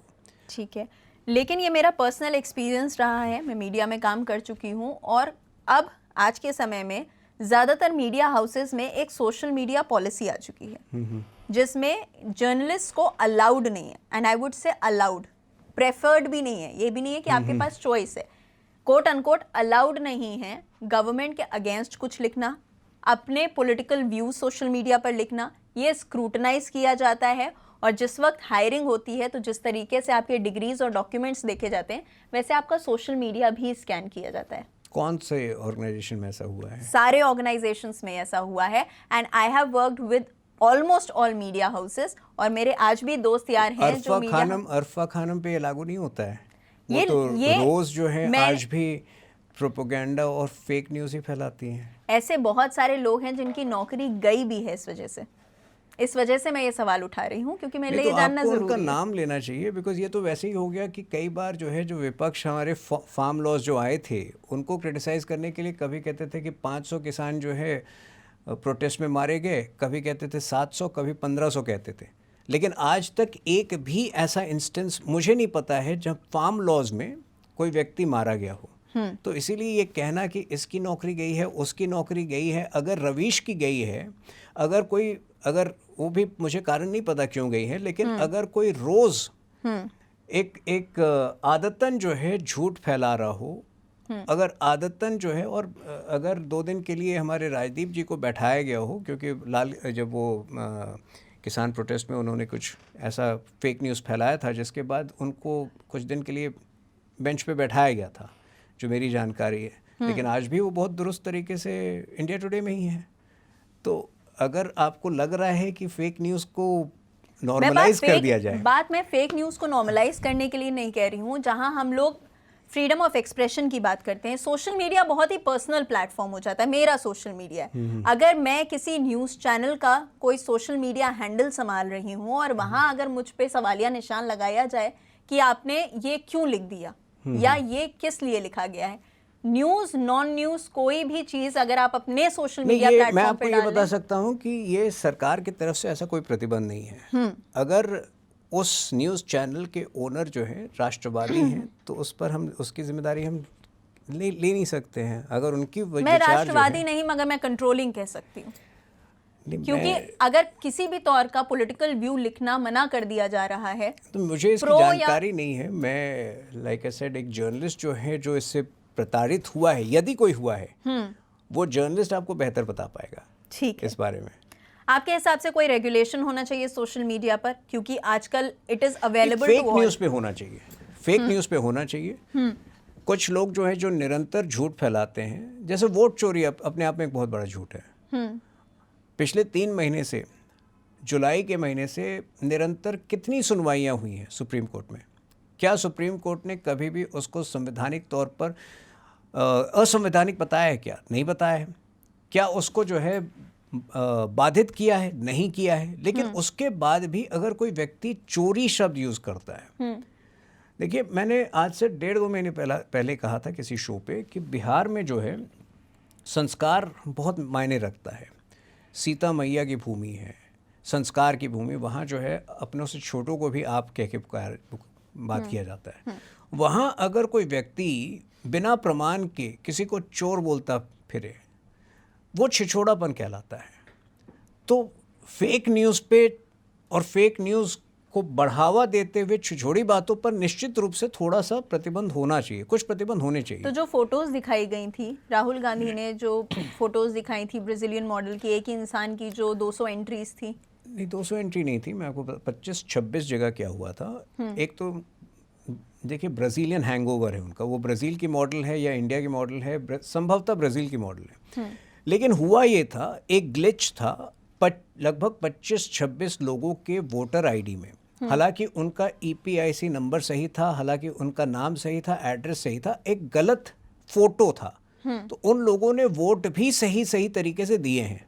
लेकिन वो फोटो गलत होना निश्चित रूप से एक ग्लिच था, एक एरर था जिसको डिफेंड नहीं किया जा सकता।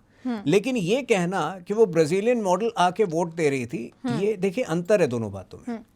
वो गलत हो जाता है कि ब्राजीलियन मॉडल आके घूम घूम कर वोट दे रही थी, और ये कहना गलत हो जाता है कि ये पूरा जो ग्लिच था उससे बीजेपी को कोई लाभ मिला है। ये ग्लिच सालों साल एग्जिस्ट करते आए हैं, और इसी को क्लीन करने के लिए एसआईआर लाया गया है, special intensive revision. Special intensive revision के जरिए 68 लाख इस प्रकार के इलीगल वोटर्स जो अलग अलग स्थानों पर वोट कर रहे थे, जो जीवित नहीं थे, उनको हटाया गया। सबसे ज्यादा विरोध किसने किया एसआईआर का? कांग्रेस पार्टी ने ही विरोध किया। तो अगर आप एक तरफ इस पूरे इलेक्टोरल सिस्टम को क्लीन अप करना चाहते हैं, दूसरी तरफ आपको विश्वास ही नहीं है उस इंस्टीट्यूशन पर जो ये साफ कर रही है।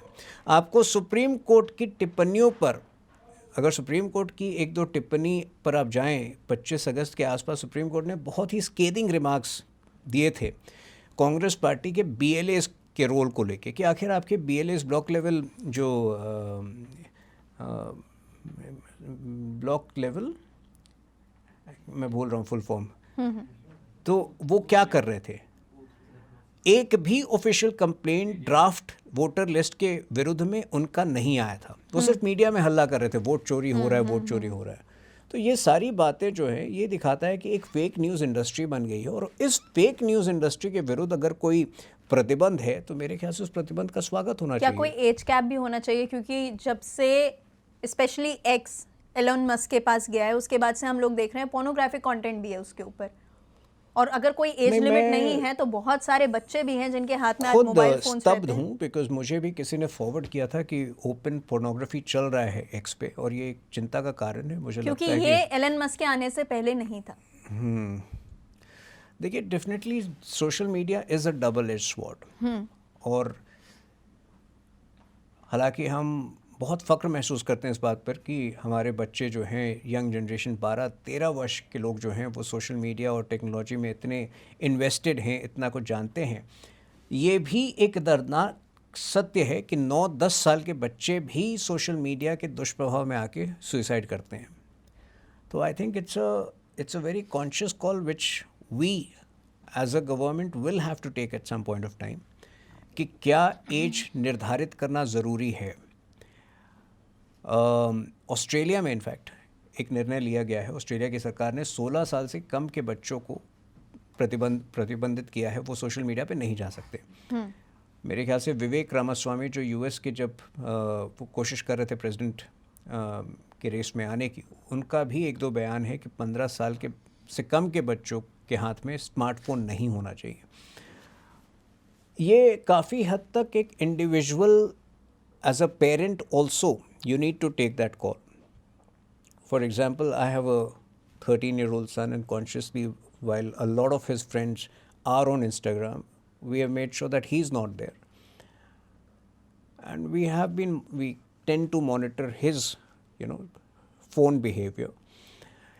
मेरे ख्याल से ये इस प्रकार के संवाद बहुत ज़रूरी हैं कि बच्चों पर जो दुष्प्रभाव हो रहा है। हम सेंसरशिप की बात करते हैं, फिल्म के सेंसरशिप की। लोग आज भी कुछ लोग हैं, वेल इंटेंशन्ड लोग हैं, जो बड़े बड़े अभियान चला रहे हैं कि सेंसरशिप होना चाहिए ओटीटी कंटेंट पर। बट मेरा पॉइंट है कि ओटीटी कंटेंट पे जो सेंसरशिप हो, उस सबसे पहले तो इंस्टा और एक्स पे होना चाहिए वो कंटेंट। तो आई थिंक थोड़ी अर्जेंसी की आवश्यकता है यहाँ पर, और मुझे लगता है कि सरकार को भी इसमें एक व्यू आज नहीं तो कल लेना पड़ेगा कि बच्चों पर या एक समय सीमा, एक एज सीमा जो है लगाई जाए सोशल मीडिया कंटेंट के एक्सेस पर। एंड जहाँ डेटा लीक की बात होती है, ये सारे प्लेटफॉर्म्स इंडिया के नहीं हैं, ये या तो यूएस ऑपरेट कर रहा है, बाहर के प्लेटफॉर्म्स हैं। तो क्या डेटा लीक का खतरा नहीं है? क्योंकि इतनी सारी इन्फॉर्मेशन, जहाँ हम मेटा की बात करें तो मेटा तो हमारा हर सेकेंड का लोकेशन तक लेता है, एंड ये सारा डेटा हमारा। Technology is a double edge sword. ये तो मतलब एआई की जो टेक्नोलॉजी आ रही है, Perplexity is the only Indian big player. I think we need more of these players. अभी चैट जीपीटी ने एक नया स्कीम लाया है जिसमें कि पहले 1 साल तक आपको कोई चार्ज नहीं पे करना पड़ेगा, उसके बाद 399, but there is a catch, obviously they get access to the data of huge chunk of Indians. देखिए ये खतरे जो हैं मंडरा रहे हैं काफ़ी समय से, and technology is always a double edge sword. I think इसका निचोड़, इसका तोड़ एक ही है कि जिस लेवल पे, जिस तीव्रता के साथ हम नए टेक्नोलॉजी को अडॉप्ट कर रहे हैं, एम्ब्रेस कर रहे हैं, उसी तीव्रता के साथ ऐसे गाइडलाइंस भी बनाई जाए जिससे कि responsible AI, responsible social media हम इंश्योर कर सके देश में। As a matter of principle, the government is committed to ethical AI, ethical social media. But जो इतने बड़े स्तर पर सोशल मीडिया का कंजम्पशन भी है इस देश में और सोशल मीडिया पे कंटेंट भी प्रोड्यूस कर रहा है, हो रहा है, कि इसको पूरी तरह से नियंत्रित करना या निगरानी रखना लगभग असंभव है। और यहाँ पर आई थिंक पेरेंट्स का रोल भी बहुत इंपॉर्टेंट हो जाता है और इंडिविजुअल का रोल भी बहुत इंपॉर्टेंट हो जाता है। For instance something as simple as this, आप कितना समय जो है सोशल मीडिया में आप बिताते हैं। कई बार एक पॉलिटिशियन के लिए, मेरे लिए, या न्यूज़ में जो लोग, इट्स अ प्रोफेशनल हैज़र्ड। आपको अपडेटेड रहना पड़ता है, जानना होता है कि ट्विटर पे क्या हो रहा है। लेकिन मुझे लगता है कि as a society somewhere we will need to take a conscious collective social media detox also. For example, let's suppose sooner than later, I think some leader will have to espouse the concept that somewhere, Sunday half day, one needs to just switch off everything. Absolutely. ये concept क्योंकि Israel हमारे में, पास आज के time में problem of plenty है। Israel में मैं 2018 में एक बार गया था। इजराइल में शब्बात मनाया जाता है। शब्बात इज़ अ 1.5 डे एक नॉर्म है जिसमें परिवार के सदस्य जो हैं सब कुछ छोड़कर पूरा समय केवल एक साथ बिताने में, एक दूसरे से बातें करने में बिताते हैं। तो पूरा शहर जो है, I landed on a Saturday, मैं 4-5 बजे शाम को लैंड किया होगा। तो मुझे पता चला कि फ्राइडे आफ्टरनून से लेकर सैटरडे लेट इवनिंग तक लगभग जो है सारे दुकान, सारे कमर्शियल एस्टेब्लिशमेंट्स बंद होते हैं, क्योंकि एक ऐसा नॉर्म है जहां परिवार ज़्यादा से ज़्यादा समय अपने साथ बिता पाएँ। तो मेरे ख्याल से वो 1.5 दिन तो बहुत ज़्यादा होता है, लेकिन अगर संडे को ही पोस्ट लंच अगर सब लोग जो हैं सोशल मीडिया से छुट्टी ले ले, ये just I am just thinking allowed, तो मे बी एक थोड़ा सा डिटैचमेंट जो है इस चीज़ से आना शुरू हो सकता है।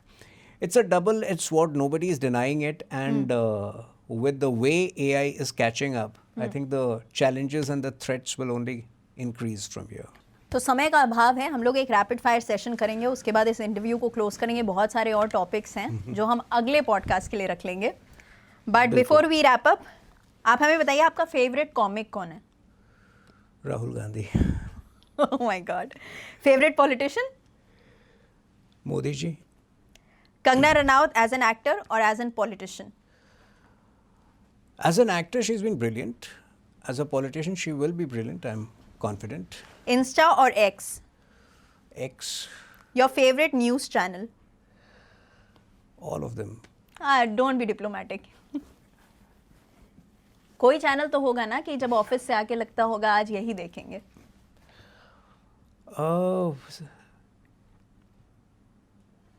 कोई विदेशी चैनल का नाम लेता हूँ मैं। हाँ, playing safe. All the foreign channels, but मैं न्यूज़ चैनल ज़्यादा देखता नहीं हूँ। Okay. आज के समय में अगर मुझे ब्रेक की या रिलैक्स करने की ज़रूरत हो तो I would much rather watch a Netflix series. All right. Tuhin the author or Tuhin the national spokesperson of BJP? I think I would look for a third option, something beyond. What is it? What is on the cards? Well, at some point of time, as a member of parliament Wow. or beyond. आपके Because मैं हमेशा भविष्य की सोचता हूँ और देखता हूँ, तभी थोड़ा आगे बढ़ पाता हूँ। Okay. आपके हिसाब से सबसे underrated opposition का नेता कौन है? हैं 2-3 बहुत अच्छे नेता हैं। जब बीजेपी में शामिल होंगे तब नाम लेंगे? नहीं, अभी भी ले सकता हूँ। मेरे ख्याल से मैं हमेशा कहता था कि नवीन पटनायक एक बहुत अच्छे नेता हैं। विपक्ष में रह के भी हमेशा उन्होंने देश हित के बारे में बात किया है। मेरे ख्याल से सचिन पायलट भी काफ़ी सुलझे हुए नेता हैं। शशि थरूर काफ़ी सुलझे हुए नेता हैं। तो ये लोग कभी भी विपक्ष में रह के भी इन्होंने देश हित के विरुद्ध कभी कुछ नहीं कहा है। ओके, पॉलिटिकल फिगर जिससे आपको बहुत इंस्पिरेशन मिलती हो? I have been inspired by many. जब मैं बड़ा हो रहा था, अडवाणी जी और वाजपेयी जी की जो शैली थी, जो एक मर्यादित, जो एक मर्यादा को उन्होंने हमेशा पालन किया और जो शिष्टाचार रहता था, मेरे ख्याल से काफ़ी कुछ जो है मैंने उससे सीखा है। प्रधानमंत्री मोदी जी की जो निर्णय लेने की क्षमता है, जो दूरदर्शिता है, जो जिस तीव्रता के साथ वो अगले 20 साल को 5 साल में हासिल करना चाहते हैं, अगले 20 साल की यात्रा को, वो अपने आप में एक प्रेरणा है। ओके, महात्मा गांधी और Savarkar? Birsa Munda. India 10 years from now will be ... Complete the sentence. समृद्ध Bharat. Anything apart from that? देखिए, विकसित भारत का लक्ष्य 2047 का है। तो आप कह सकते हैं 2010 साल में अर्ध विकसित भारत हो चुका होगा। ठीक है, क्योंकि आपने बात की नेटफ्लिक्स सीरीज़ की, तो जाने से पहले हमारे दर्शकों को अगर आप 5 बुक रिकमेंडेशंस दे दीजिए और 5 नेटफ्लिक्स OTT रिकमेंडेशंस दे दीजिए। 5 बुक रिकमेंडेशंस ही मैं देता हूँ। नेटफ्लिक्स का मैं फिर से जो है, क्योंकि आई हैव बीन, कभी एक एपिसोड देख लिया फिर दूसरे सीरीज में बढ़ गया। अच्छा, लेटेस्ट सीरीज कौन सी देख रहे हैं आप, जो लास्ट आपने कुछ देखा हो, लास्ट मूवी देखी हो, लास्ट कोई शो देखा हो? फिर से मैं स्ट्रगल करूँगा। मैं एक्चुअली, आपने फैमिली मैन देखा? फैमिली मैन फर्स्ट पार्ट देखा था, थर्ड आने वाला है। लेकिन उसमें एक चीज़ मुझे पसंद नहीं आई थी। हालांकि मनोज जी के साथ मेरे बड़े अच्छे संबंध हैं और मनोज जी ने मेरी एक पुस्तक भी लॉन्च की थी। मुझे लगता है कि कुछ चीज़ें, जो खूबसूरत कहानियाँ हैं, वो गालियों के बगैर भी कही जा सकती हैं। तो मैंने एक बार उनको मैसेज भी किया था, बहुत प्रेम से मैसेज किया था, लेकिन उसके बाद उन्होंने बात नहीं कही। तो मुझे लगता है कि वो चीज़ अनावश्यक थी। हालांकि स्टोरी बहुत अच्छी थी। तो जब राजनीति में आप होती हैं और जिस प्रकार का एक निरंतर 24/7 इन्वॉल्वमेंट होता है, आजकल मेरे साथ किताबों के साथ भी होता है और सीरीज़ के साथ भी होता है कि किताब के 20 पन्ने पढ़े, बहुत अच्छा लगा, लेकिन जब वो मोमेंटम टूट जाता है और जब मैं दोबारा कंटिन्यूटी में आना चाहता हूँ। सर, ये सभी के साथ होता है टू बी ऑनेस्ट। और ये OTT पर भी विशेष तौर पे हो रहा है। या तो आप एक वेब सीरीज स्टार्ट करके उसे उसी दिन खत्म कर दीजिए, वो सीजन उसी दिन खत्म कर दीजिए, या फिर वो आधा 1.5 एपिसोड 2.5 एपिसोड वो लटका ही रह जाता है। हाँ, मुझे अभिषेक बच्चन की वो फिल्म आई थी जिसमें वो कैंसर पेशेंट था, हालांकि आई नीड टू टॉक, हालांकि वो ग्रिम फिल्म थी। मेरे ख्याल से somewhere I feel he has always been a very underrated actor. Absolutely. और जब हम नेपोटिज्म की बात करते हैं, तो हालांकि कुछ लोग राजनीति में नेपोटिज्म का अभी भी लाभ एंजॉय कर रहे होते हैं। मेरे ख्याल से अगर कोई एक रिवर्स विक्टिम हुआ है नेपोटिज्म का, तो वो अभिषेक बच्चन हुआ है। तो मुझे बुरा भी लगता है, बेचारा बहुत मेहनत करता है। आई नीड टू टॉक में भी उसने अपने तरफ से बहुत मेहनत की थी। लेकिन और दूसरा मुझे वो भी लगा कि मतलब कोई व्यक्ति जो पिछले 20 सालों से जो आगे बढ़ रहा है लेकिन ठोकर लग रही है, और किस तरह पॉजिटिवली लेते साथ वो 25 साल जीता, तो मुझे वो फिल्म अच्छी लगी थी। And book recommendations, 5 book recommendations by Tuhin Sinha. अभी अमीश जी ने एक पुस्तक लिखी है चोला किंग्स के ऊपर। हालांकि मैंने पढ़ना शुरू नहीं किया है, मुझे वो कॉन्सेप्ट बड़ा पसंद आ रहा है, क्योंकि अमीश जी जो हैं सिविलाइजेशनल विषय पर बहुत काम कर रहे हैं। और चोला किंग्स, जब आज कुछ ऐसे पॉलिटिशियंस हैं जो कि अपनी द्राविडियन फिलॉसफी को आगे बढ़ाने के लिए बार बार भारत को दक्षिण और उत्तर भारत में विभाजित करना चाहते हैं, तो ऐसी पुस्तकें बहुत इम्पोर्टेंट हैं भारत के एक समग्र इतिहास को जानने के लिए। तो I would recommend the Chola kings by Amish. Ashwin मेरे अच्छे मित्र हैं, अश्विन सांघी, उनकी भी एक किताब आई है, मैं नाम भूल रहा हूँ, एक बार देख लीजिए, मैं ना उसके बाद कर लूँगा। अमीश के जो लेटेस्ट पुस्तक है।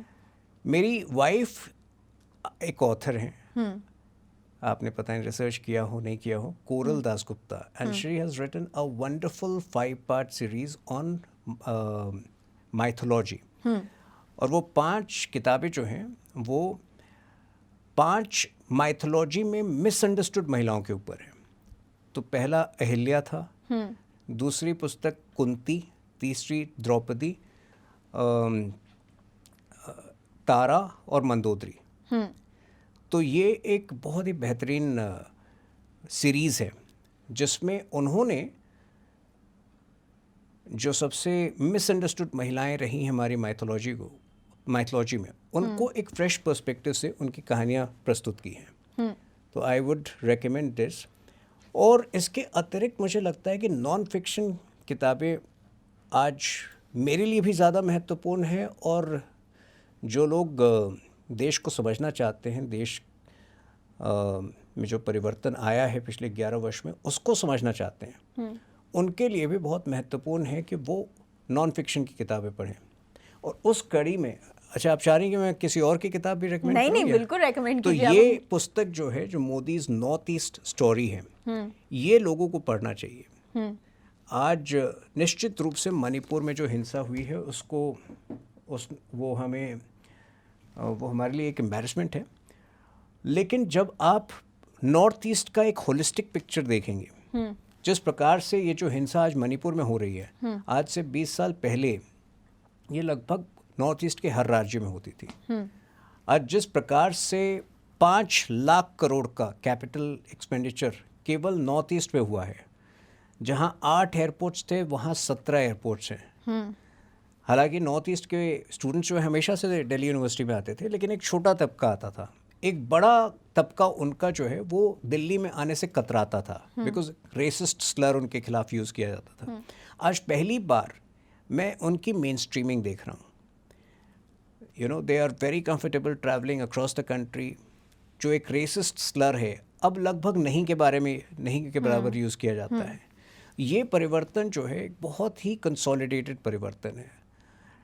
अरुणाचल के बॉर्डर विलेजेस में अक्सर जो है इनकर्शंस होते थे चाइना के द्वारा, हर महीने होते थे। अगर आज भी आप उस समय गूगल सर्च करें तो भर भर के इनकर्शंस होते थे। आज जो हमारे सबसे बॉर्डर मोस्ट विलेज हैं, जो ईटानगर से भी 500 किलोमीटर की दूरी पर ईस्टर्न बॉर्डर में होंगे, उनको पहला स्तंभ बनाया गया है विकास का। तो वहाँ उतनी ही मजबूत 5G कनेक्टिविटी है जितना आप यहाँ महसूस करेंगे। इन सब से इनकर्शंस कम हुए हैं। तो ये सब की कहानी और मोदीज नॉर्थ ईस्ट स्टोरी में आपको मिलेंगी, और उन्हीं लोगों के द्वारा लिखी गई है ये 23 एसेज जिन्होंने प्रत्यक्ष तौर पर इसको कार्यान्वित किया है। और एक और पुस्तक जो हमेशा मैं रेकमेंड करता हूँ, देखिए हिंदुओं को अपने रिलीजन के बारे में, अपनी सभ्यता के बारे में बहुत कम मालूम है। तो बार बार भगवत गीता के अलग अलग इंटरप्रिटेशंस पढ़ना बहुत ज़रूरी है। एक और पुस्तक जो मैं रिकमेंड करना चाहता हूँ, हमारे external affairs minister S Jaishankar ji द्वारा लिखा गया है, द इंडिया वे। देखिए, इंडिया की फॉरेन पॉलिसी जो रही है पिछले 11 वर्षों में, वो एक बहुत ही अद्भुत, बहुत ही मल्टी प्रोंग्ड फॉरेन पॉलिसी रही है, जिसको हम इंडिया फर्स्ट फॉरेन पॉलिसी कहते हैं। जब इंडिया से पूछा जाता है कि आप किसके साइड में हैं, किसी युद्ध की स्थिति में या विवाद की स्थिति में, प्रधानमंत्री मोदी जी का एक बहुत स्पष्ट उत्तर रहा है कि we are on the side of peace. जब कहीं युद्ध होता है, जब कहीं कोई हिंसा होती है किसी भी देश में, तो भारत की पहली प्रायोरिटी रही है कि हमारे सिटीजन्स को किस तरह से इवैक्यूएट कर सकें। तो द इंडिया वे हमारी फॉरेन पॉलिसी को पिछले 11 वर्षों में एक्सप्लेन करती है, और मेरे ख्याल से एक बहुत ही आर्टिकुलेट एक्सप्रेशन है एस जयशंकर जी द्वारा। तो जो भी जियो पॉलिटिक्स के स्टूडेंट्स हैं, जो भी पॉलिटिक्स के स्टूडेंट्स हैं, उनके लिए ये किताब जो है विशेष लाभकारी है। Thank you so much for giving My your pleasure. time for this discussion. इतनी इंसाइटफुल बातें और बीजेपी के बारे में, उसकी वर्किंग के बारे में, ये सारी डिटेल्स जो आपने हमें बताई, आई एम श्योर व्यूअर्स को काफ़ी पसंद आई होंगी। Thank you so much Niharika ji, आपके शो पर आकर एक नई ऊर्जा महसूस हुई और मुझे लगता है कि आपके ऑडियंस को भी, मैं आशा करता हूँ कि ये बातें पसंद आई होंगी। बिल्कुल।